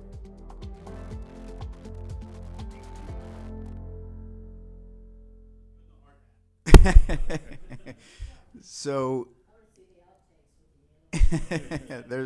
there's many. So remember, that was 2 years ago, right? And what a great video by MSTV, by the way, for filming that with even a drone in there too. But that was 2 years ago, and so now we picture ourselves here and how much we have accomplished. Really, the school board and our staff in 2 years. So when you take that first section of Ready to Learn, since this plan has been inception, remember 2 years ago, we have raised our grade level rating by 7 points. So when I in that video said we're going to double down, we doubled down, right, and made significant progress in that. We also made gains last year in the 23-24 school year in every grade level, K through 10, in all of our tested areas, which is, we haven't seen that in I don't know if ever, but in a very long time. So the strategies and the metrics and the goals that are in this Ready to Learn section are playing out when you, especially by our teachers and our district team. As you all know, someone who's working very hard in this section is Allison Nichols, our Director of Elementary Curriculum. Her work and really this last school year of the immense amount of literacy instruction and professional development in that K through 2, K through 3 space is now evident when you look at our test scores and where we are. Last school year, we partnered with the University of Florida Lassiter Center, and we continue to do that. Pretty much the state premier institution on instruction, and so that laser focus. We also, in the 23-24 school year, because of what is in this plan, had, as a result, the most A-rated schools in the history of Manatee County. And as you all know, we had 2 of our rock star Title I schools become A-rated schools. We had Parish High School become an A school. We had Ballard Elementary go from a D to a B rating, and all of that obviously is continuing to grow. That is a significant result of what is in this Ready to Learn section, and that concentration on grade level proficiency. Also the work, I know all of you had a tour of what's being built at Harley campus with the SOAR and 4 lab, right? So the work that Dr. Sheila Halpin and her team are doing with that SOAR and 4 program, which is obviously, really that we not really, I can't take credit for it. Dr. Halpin and her team creating that program is envied around the state and country for what it's doing for those children before they enter that VPK in kindergarten world. So as that SOAR and 4 work continued in 23-24, that work of Allison Nichols and her team and all of our great teachers out there, you can see the results of what that Ready to Learn section has done in our school district.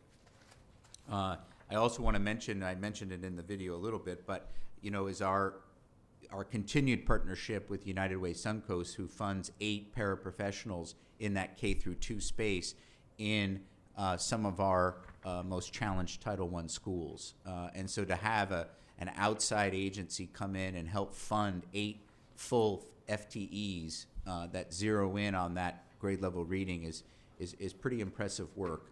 And those paras have now been through the Lassiter Center professional development and will continue to be. So imagine that experience of being a para and being able to go through a University of Florida program like that is very impressive. So that in that Ready to Learn space was very important. And then let's look at what happened in 23-24, right? We had a brand new superintendent come in July, a month before school started, and I think Dr. Weissong has said this publicly, that one of the reasons he chose Manatee County was because we had a strong strategic plan in place and a plan in place for that. And so when you take into account we had a new superintendent come in, and in 23-24 we had 3 new deputy superintendents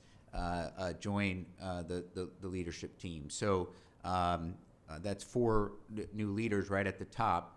And so to have a plan already in place, and you can see again the results of what those new leaders and again our team in our schools produced. Part of if you remember, part of what happened in the 23-24 school year, as we recap this strategic plan at this workshop, is Dr. Weissong was able to take a vacant executive director position, right, and without any extra, cost to the general fund or to taxpayers, created a new executive director position of school improvement and leadership development, and take a very seasoned principal and put that person in that position to really zero in on our highest need schools. And again, you can see the effect of that when you look at our 23 and 24 results. And also, part of that was to help with our leadership development. And that's part of the plan, is to create that, to continue to create that deep bench of aspiring leaders who can be principals and district leaders one day. So that was a big part of what happened in 23-24. And also, Dr. Weissong was able to take an existing position, again, no cost to the general fund, no cost to taxpayers, take an existing position and reframe that position into an executive director of student support and family engagement in 23 and 24. And what that position was able to do and is continuing to do is to better align our systems on the student support side and our ESE side. And I think we're really starting to see some very positive effects with that as we enter this school year. And as we enter this 24-25 school year, and again, working off of the strategic plan, one of our major focuses is going to be family engagement and parent engagement. One of the items you all approved, the school board approved in 23-24 was a lease with the Manatee Chamber of Commerce so that we could have a family support center out in Lakewood Ranch to begin that increased parent engagement. And I think you'll see by the end of this school year more work on that parent engagement side as we continue to work through this strategic plan. So when you take into account all of these great new leaders who joined us here or who joined the ranks of district leadership, and you take what is happening in our schools in this Ready to Learn section, you can see why we had those amazing results, and of course the work of our students and families out there, but why we had these great results when it came to grade level reading and the things that are happening in that elementary space. The next section, that Ready for Life section, as I said in the video, is really that encompasses that secondary schools, the really starting to prepare those students for graduation, for life after graduation, whether that's a long-term career or post-secondary education, the military. And we obviously did a lot of work there in 23-24. We implemented civics and financial literacy. We continued to enhance and expand our visual and performing arts programs thanks to the millage referendum that was passed 2.5 years ago. We continue to expand our STEM and CTE programs.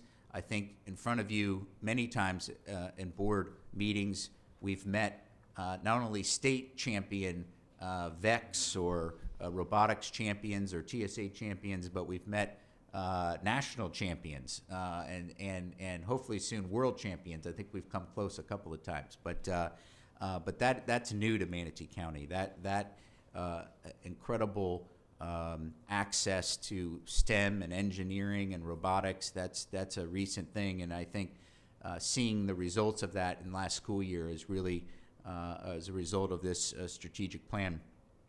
We were able to expand our successful AVID program to Palmview K-8. We expanded acceleration opportunities in many of our secondary schools.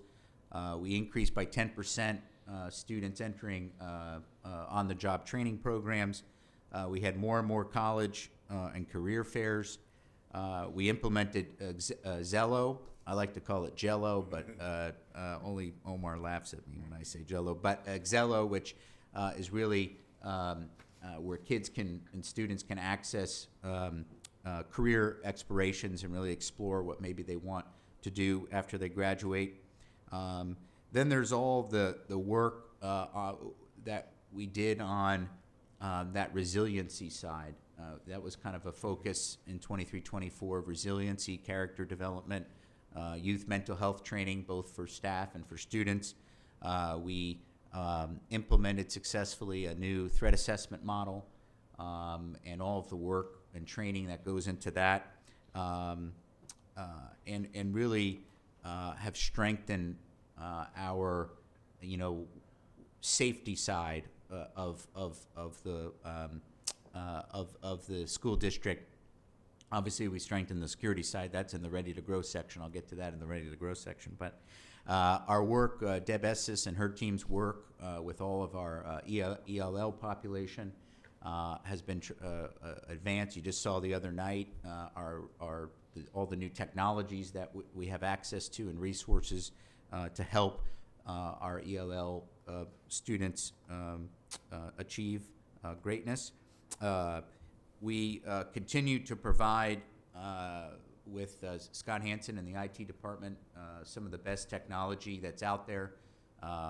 Not only have you heard that best technology in shade meetings when it comes to security and other things, but also in meetings where, if you've all been in these classrooms, they're very modern classrooms. Large display panels, and we have refresh every 2-3 years of laptops, the audio visual, the headphones, and the software, and is top rate.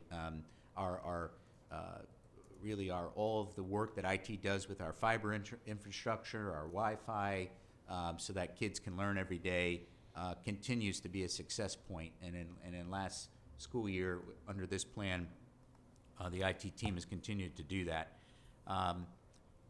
And as we prepare students for their future, we also have to remember the great team at Manatee Technical College.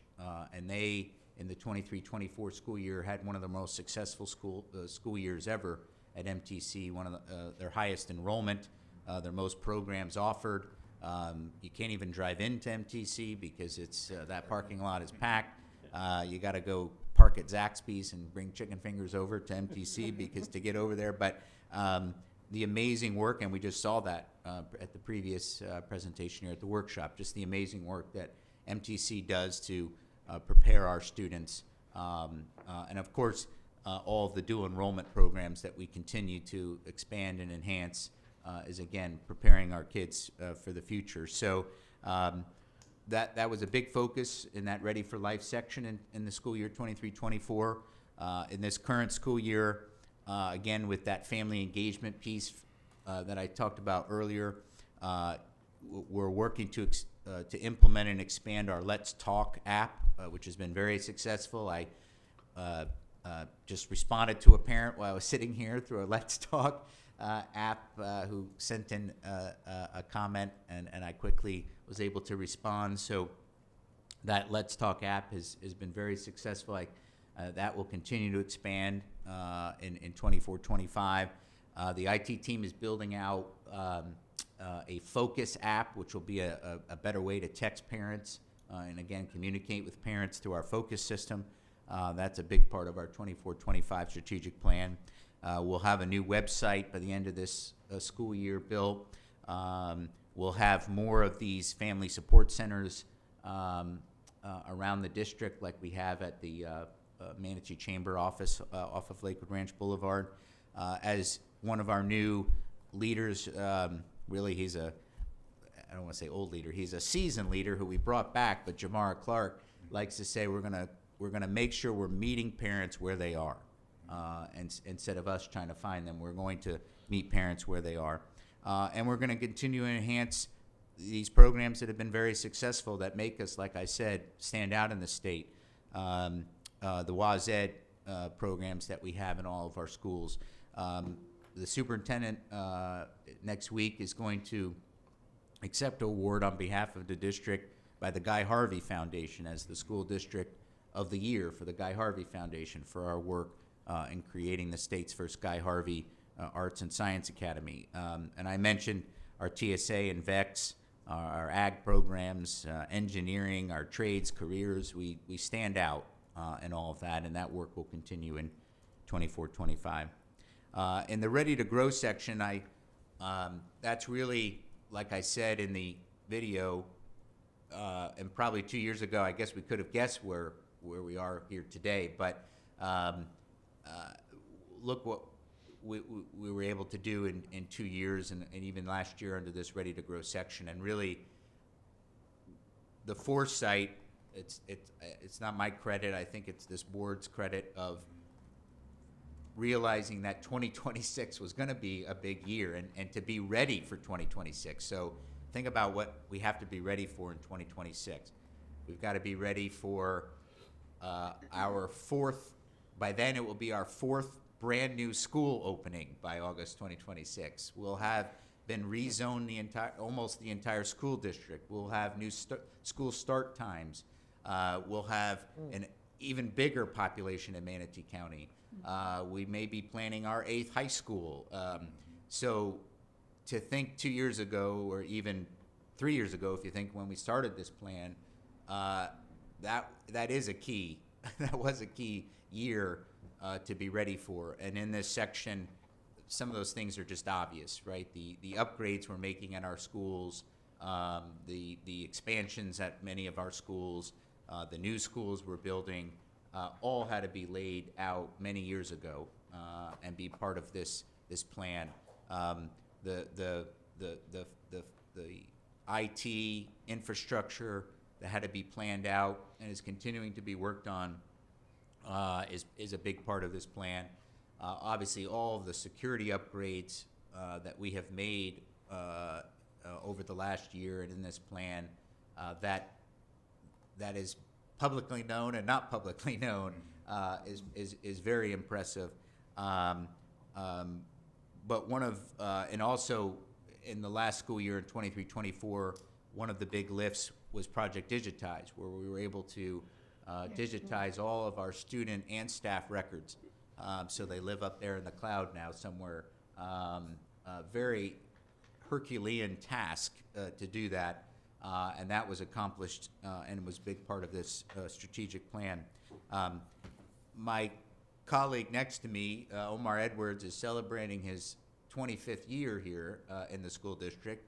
And I'm going to throw the microphone to him because he's really led the effort on our employee recognition program, which is a huge part of this plan. And I wanted Omar to kind of talk about his work on that and why that was a big part of our strategic plan. Thank you so very much, Board Chairman, Superintendent, board members. Glad to be here today to really discuss a robust employee recognition program. It was a vision that was embedded in our strategic plan, and right away we got to work around that. Our first task was to get out and clearly convey this plan to our SAC members, to our schools, to our faculty. So a lot of that initial start time was on traveling the whole county and the community and making sure that everyone clearly understood our mission, our vision, and our core values and things of that nature. And then we wanted to really recognize our employees for their years of service. And we didn't want to just do a decent job at it. We wanted to do an excellent job at it. And I can stand before you today with your charge on that, that we really have a model that we can really appreciate and be proud of. It goes all the way down to recognizing our 50-year employees with no break of service. And we have 4 of them, and that's pretty impressive as we look at the new data. We have 40-year employees to the tune of 12 to 14, so we have to be doing something right when someone stay in an organization that long and are truly proud of what they've done. We have 30-year employees where we came out with a 30-year pin that we're going to do in the level up system when we recognize our employees that's going to move within years as well. It breaks down like this. So even our 0 to 4, we want to make sure that we don't lose them.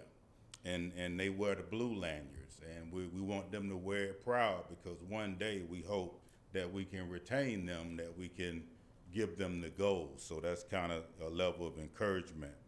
It moves to bronze from 5 years to 14. We recognize them at that level.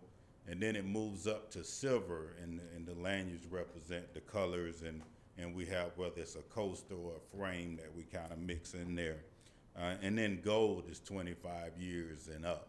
And then we give them a pin on each level. You get a pin for your years of service. And then not only did we say that, we had to roll it out all the way down to our administrative assistants helping to put bags together to really help this effort come true. To our courier guy, I call him Mr. Kenny, who, once we got the bags, we had to figure out how to get it to the schools. And then our schools for being able to receive all the material and then disperse it where it needed to go, whether it was a faculty meeting or some form of recognition from that. So we have a robust, because it's really important how to build your culture and your climate, and the response rate that we've received from it has been phenomenal. People have stopped me in Publix and say, you know, thank you and the team for really recognizing us. If you look at Facebook lately, you have lanyards in the background and coasters in the background and frames that says thank you for your years of service, that we really value our employees, and I think they truly understand and respect that, and that goes a long way. So we're ready for the next round. We call it level up, and that's where if I'm in a silver and I move to a gold, or if I'm in a blue and I get a chance to move to a bronze, or I may be at 49 years and I'm waiting on that 50-year pin. You know, that really challenged me. Not only do I want gold, I want to see how high I can go in the gold. So we hope that this helps with our retention, and they see that we value them. We're going to bring them to the board meetings if they're 50 years and 40 years. I think last year we had a breakfast for some of our 40 and 50 years, so they clearly are aware that you're recognizing how important they are and how valued they are, and it really means something to them. I met a bus driver downstairs one day that said, "Hey, I got a blue lanyard, but it really should be bronze. Came over to get a bronze lanyard." I said, "No problem. I'll meet you down there." And as you're out and about, you'll see that they wear it proudly and they display it proudly, and it gives them that sense of ownership. But everything resorts right back to our mission, which is to develop our students today for their success tomorrow. Our vision is for them to be globally competitive. We want them to be able to compete, not just in Manatee County. We want them to compete worldwide. So we even hire our students. If they meet the criteria and they apply, we want to really encourage our locals' talent to stay local and really look at, we have wonderful colleges and universities right here. So recognition program really changed the culture here. It's been embraced all throughout. It's not just teachers. I mean, we went every department, every area, we provided that, and also the EDs and executive directors and leaders of those departments had to buy in too, because they were the ones that took the recognition to their employees and handed it out. It was really robust, and I'm just so proud and honored to be a part of the team that put this together. It was not just one person.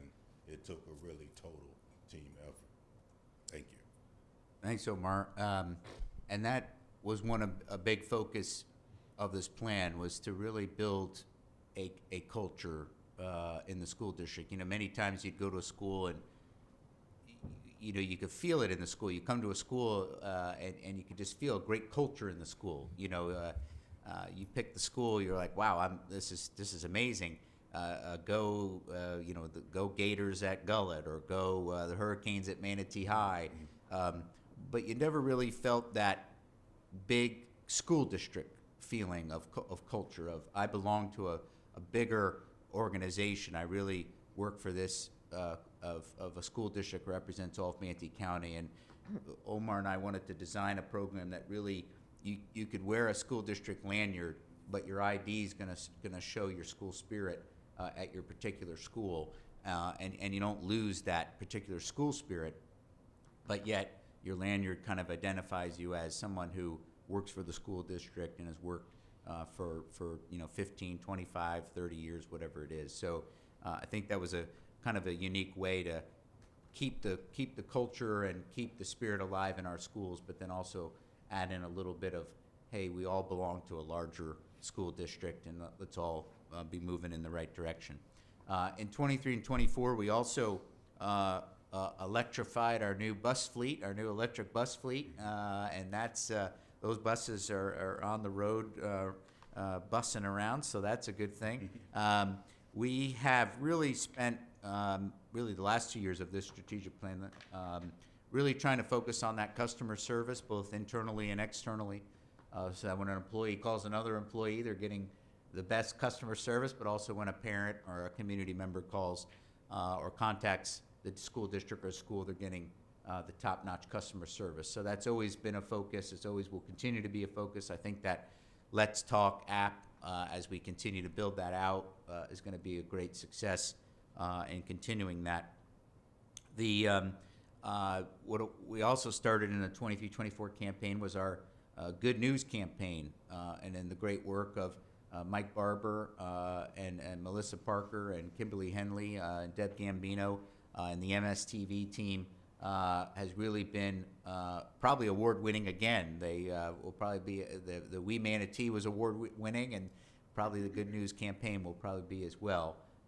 And if, when you follow, for example, Melissa Parker's videos and stories that she writes and films, it's pretty neat to see what's going on in our schools. When COVID happened and kind of the little bit after COVID, we lost a lot of our business partnerships and a lot of our connection to businesses for no other reason than because of COVID. We couldn't allow people in our schools and all of the stuff around COVID. But this last school year, 23-24, Deb Gambino and our friends at the Chamber and other organizations, we've been really, we really increased our partnerships again, and that was a great sign to know that businesses who always have supported our schools, but just trying to come out of what has happened, have come back and have really re-engaged and picked up where they left off in our schools and our school districts. So we want to thank Deb and all our business partners for those partnerships and obviously as they continue. So again, that's all that Ready to Grow section. And if you take Ready to Learn and you take Ready for Life and you take Ready to Grow, all of that again culminated into a special project that was done coming out of the 23-24 school year and into this school year, which you have in front of you. It's a one-pager called The Portrait of a Graduate. That work that took over several months to produce that document in front of you, it's not quite final yet, but many of our district colleagues, school colleagues, parents, community members, students were involved in creating this Portrait of a Graduate, and that's really where we're headed, if you will, with this school year and beyond, is really taking this Portrait of a Graduate and really start to, when it becomes final, really intertwine, develop, work it into all of our systems and all of what we're doing in this strategic plan when it comes to Ready to Learn and Ready for Life and Ready to Grow. So really great project, and there's obviously much more to come with the Portrait of a Graduate, but I think it shows that the success of this county, and as some of you retire from the school board, your legacy and what you've left behind in what you were able to accomplish and lead us, and your votes and your insights and all of the work you've done, it really shines in all of the highlights that I just took some time to go over. To see this portrait of a graduate being left behind and being that part of the future work of this county school system, of all of the continued progress in our schools with our grade level reading and our graduation rate and our new schools and just the employee recognition program and highlighting our great team members that Omar just went through. I just think that that's just such a great legacy to leave behind, and we appreciate all of the efforts that you all put into the strategic plan and into all this great work in the school district. So I'll leave it there, but that's kind of where we are with the strategic plan. As you all know, and as those listening, our Deputy Superintendent of Instruction, Derek Jensen, and his team usually give a strategic plan update almost at every board meeting, updating you on test scores or instructional materials or some new project or new program. Deputy Superintendent of Operations, Joe Rinaldi, and his team are at almost every board member is giving you updates about buses or construction or food service or maintenance and IT and security and all of the great work that's going on there. As our Deputy Superintendent of Business Services, Rachel Sellers, and her team gives you updates on how we're going to get more money and spend more money. No, I'm kidding. But continue to be fiscally responsible, which is a goal in this plan, is to remain fiscally responsible, to have as high bond ratings as possible, and to really be fiscal stewards of taxpayer money. And I think her and her team have shown that at board meetings over and over again. Our audit reports, you just had an audit committee as well. So, this school district is in a great place and is on a great path to great success. I really think part of it is this plan, but another part of it is also the legacy that you all are leaving behind as you step away from the school board. So thank you for this opportunity, and Omar and I are here to take any questions or comments. So thank you. I had a question. You had mentioned the Family Support Center at Lakewood Ranch. Yep. And I just wanted to know, is it officially open? Great question. Thank you. Yes, it's officially open. We have not yet quite communicated that with the community yet. You just did.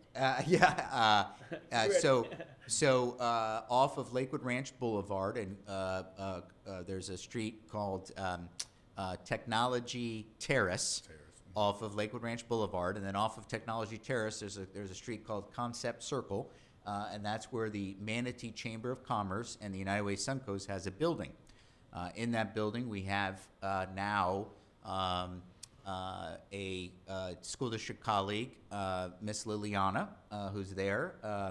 Mr. Jamara Clark's usually there most of the time as well, and they are there to help register families for school, and can also help a family or even a community member with anything that's going on in the school district or with schools.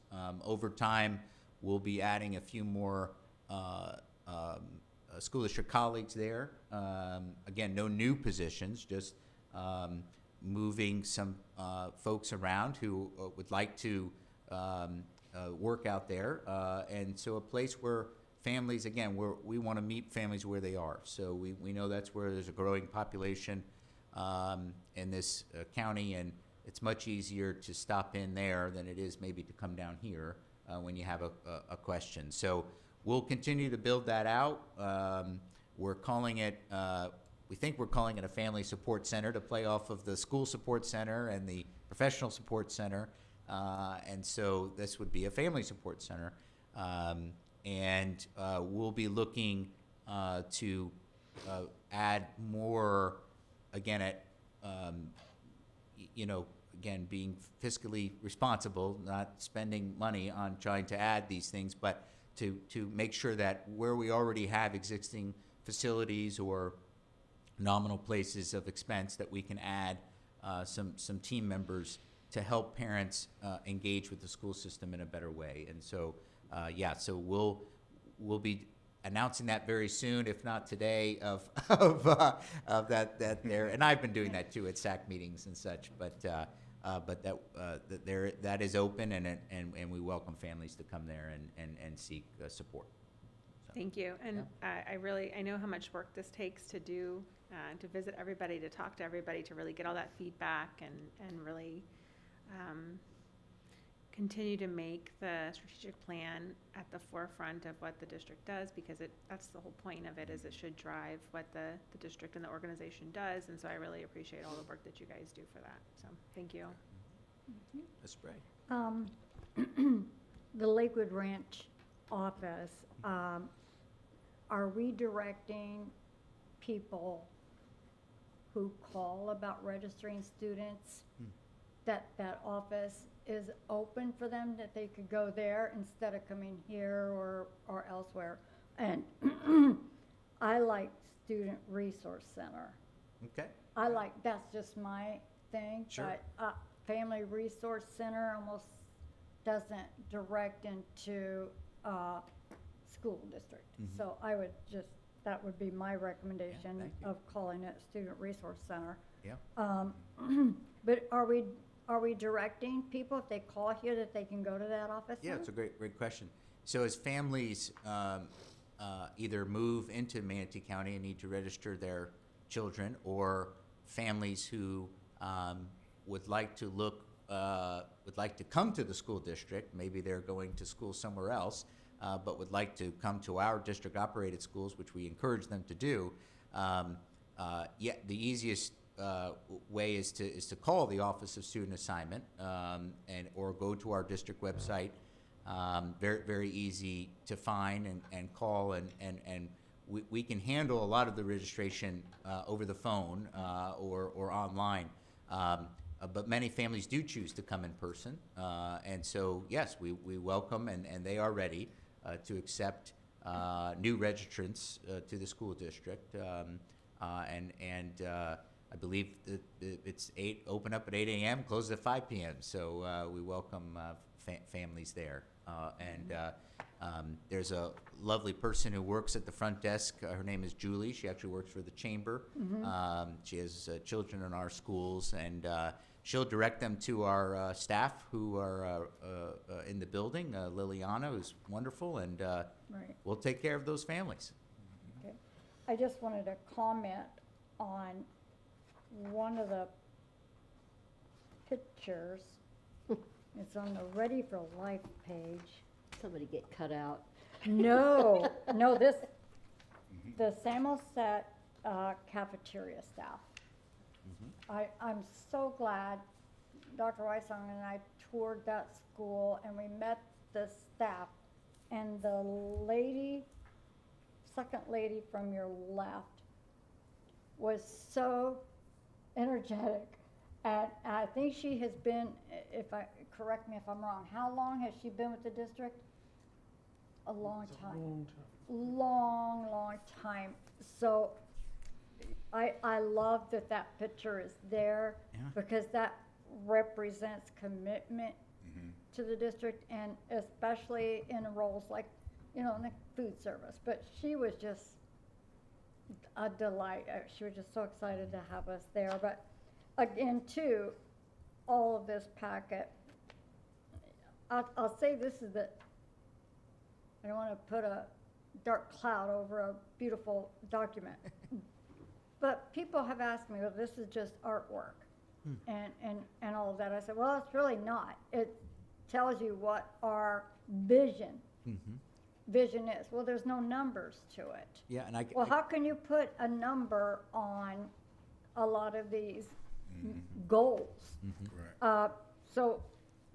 And I can answer that, Ms. Bray. That's you reminded me that I was remiss in saying that. I was so excited to talk about all of our accomplishments, and we're in areas that we still need to work on. On our district website, if you go to one of the top headings, district, and you'll see strategic planning. You click on that, and on there currently is our strategic plan tracker of the 22-23 school year. And what that means is you go on that, and it's a very comprehensive document that actually gives you the results of all of the metrics and strategies and goals of the 22-23 school year. We're just about done doing the 23-24 tracker, where we are updating all of the metrics and strategies and results from that school year. It's going through that process of making sure that it can go on the website and make sure it fits all of the right requirements.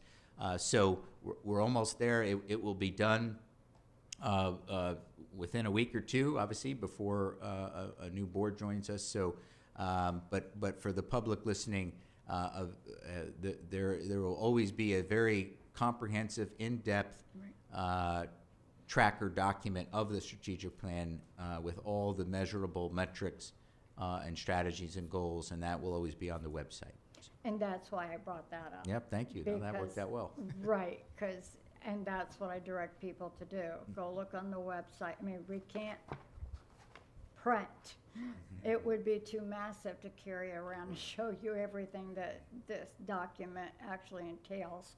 So that's why I brought that up, so we could direct to that. So I appreciate all of the work that goes into this. Anybody that's ever done a PowerPoint document, just a PowerPoint takes so much time and effort, and this, all of the different photos from all the different school sites in here, I think are great. I think it's a very thorough document, and then to go on the website and see even expanded, greatly expanded information on what this is about. I would encourage anyone that wants to know what this strategic plan looks like, go on the website and look. It's huge. It's a lot of detail in there. And to your point on the portrait of a graduate, we talked about this in a roundtable exercise at the chamber retreat. And one thing that I did mention there, and I think that should be in here, is, you know, the appreciation of our country and what we do here, and how grateful we should be to have the kind of education system and all the opportunities that we offer, not only in our country, but in our state, but in our district. I mean, to me, that should be actually included, in my opinion, so. Thank you. But I like it. Thank you very much. Thank you. Thank you, sir. Anything? Yeah, I do. To follow up on what Ms. Berry was talking about, obviously, at any time we talk strategic plan, I have complained that we do not have benchmarks, we don't have goals, you know, stated, and I just want to put that out there one more time. For example, I did just now pull it up, and the provide unique and highly personalized support for English language learners. You know, metric 1, we currently have 6 schools with dual language programs. Question, was that our goal? Was that, you know, do we anticipate adding more? What are we trying to do? I mean, measure it. And if you can't measure it, it's not worth much. And so, in terms of the people who say that it's just pictures or artwork, you know, I'm kind of with them on that. I know that as a board, we came together and said, okay, these are the ones we are most interested in. And I think on our website, we should have those as these are our can't live without it items. Here's our goals, and here's how we did. And because I know we've done a lot, okay, and but I know too, and we are very quick to pat ourselves on the back, as any government organization does, but I know that we're not not succeeding in graduation rates. And that's a very important metric, and we need to put it out there, you know, that this is, you know, an important one, and we want to, this is where we want to be next year. This is the percentage we want to hit. And then keep track of it that way. I just, a strategic plan is important, but it's just verbiage if you can't measure it, so. That being said, I've started out with a negative, but I just wanna say, you know, it is a mammoth document, and I know you're gonna have to go through another, you know, 2026 is coming up, so I know you're gonna have to go through another one, and you know, and a lot of it will carry over, but I look forward to it, and I look forward to it being a little more concise and measurable benchmarks. Thank you. Thank you. Thank you. Mr. Janet, anything? Good presentation, and we've made progress in a lot of areas. I would just say that I agree with Ms. Foreman to some degree that it's kind of big, and there's a lot of, I would rather see us focus on like 5 or 10 things that we could really measure and shoot for those and try to make them happen. I think it's a very big document, that's all. Good. Yeah. Thank you. Yep. I guess, well, I mean, first off, thank you for all you guys do and all that. And I think, yeah, I mean, this district, you said it, I mean, I think this district's in a great spot. I think there's a lot of ways, I think there's people around the state that are looking at Manatee County, and that's ultimately, I mean, it's everybody's goal is, well, I want to be the best, right?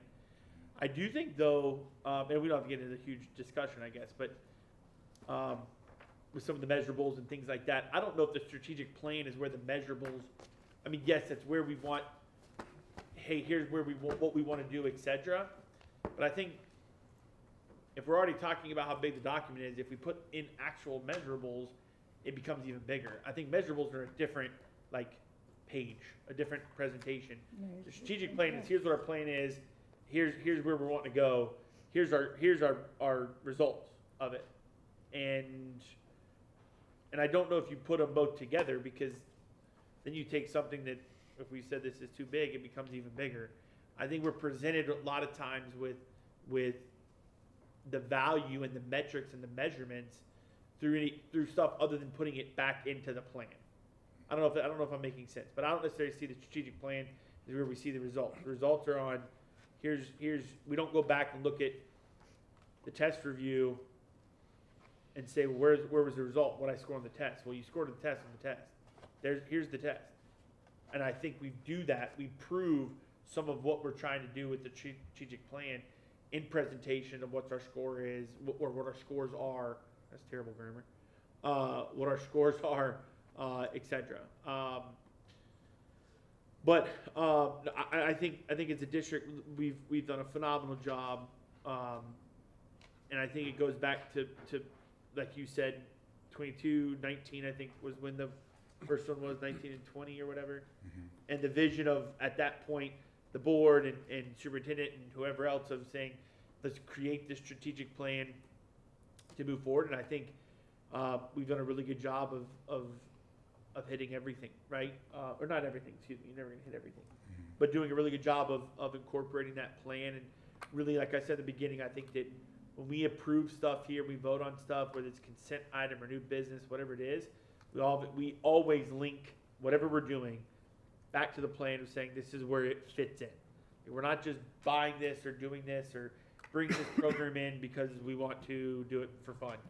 It falls in line with our strategic plan. I really appreciate that from a staff standpoint, and keeping that expectations up from the staff so that we know, hey, we're purchasing this because it fits in here. So really appreciate it. It's always a living, breathing document. It's always moving and changing. Landscape out there is always moving and changing. So appreciate you all in the community and doing the things that that you all do to make sure it's relevant. I do love the portrait of a graduate. I think that's a great thing. To Ms. Bray's point, I think the gratefulness could go into awareness, right? Just being aware. You live in a great community that supports our schools, a great state and a great country, right? You could just throw the gratefulness right there in awareness and just being aware that we live in a great place, right? Right. It may be getting more crowded left and right, but it's because it's paradise, right? So thank you very much. Appreciate it. Appreciate it.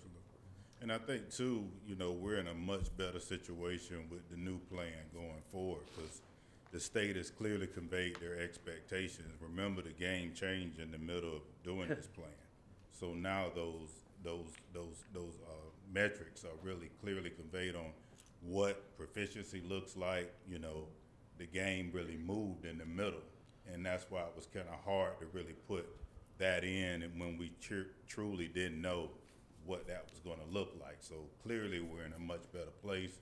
We clearly know those objectives that are coming down and things of that nature. So I think you're going to see a great product moving forward like you want.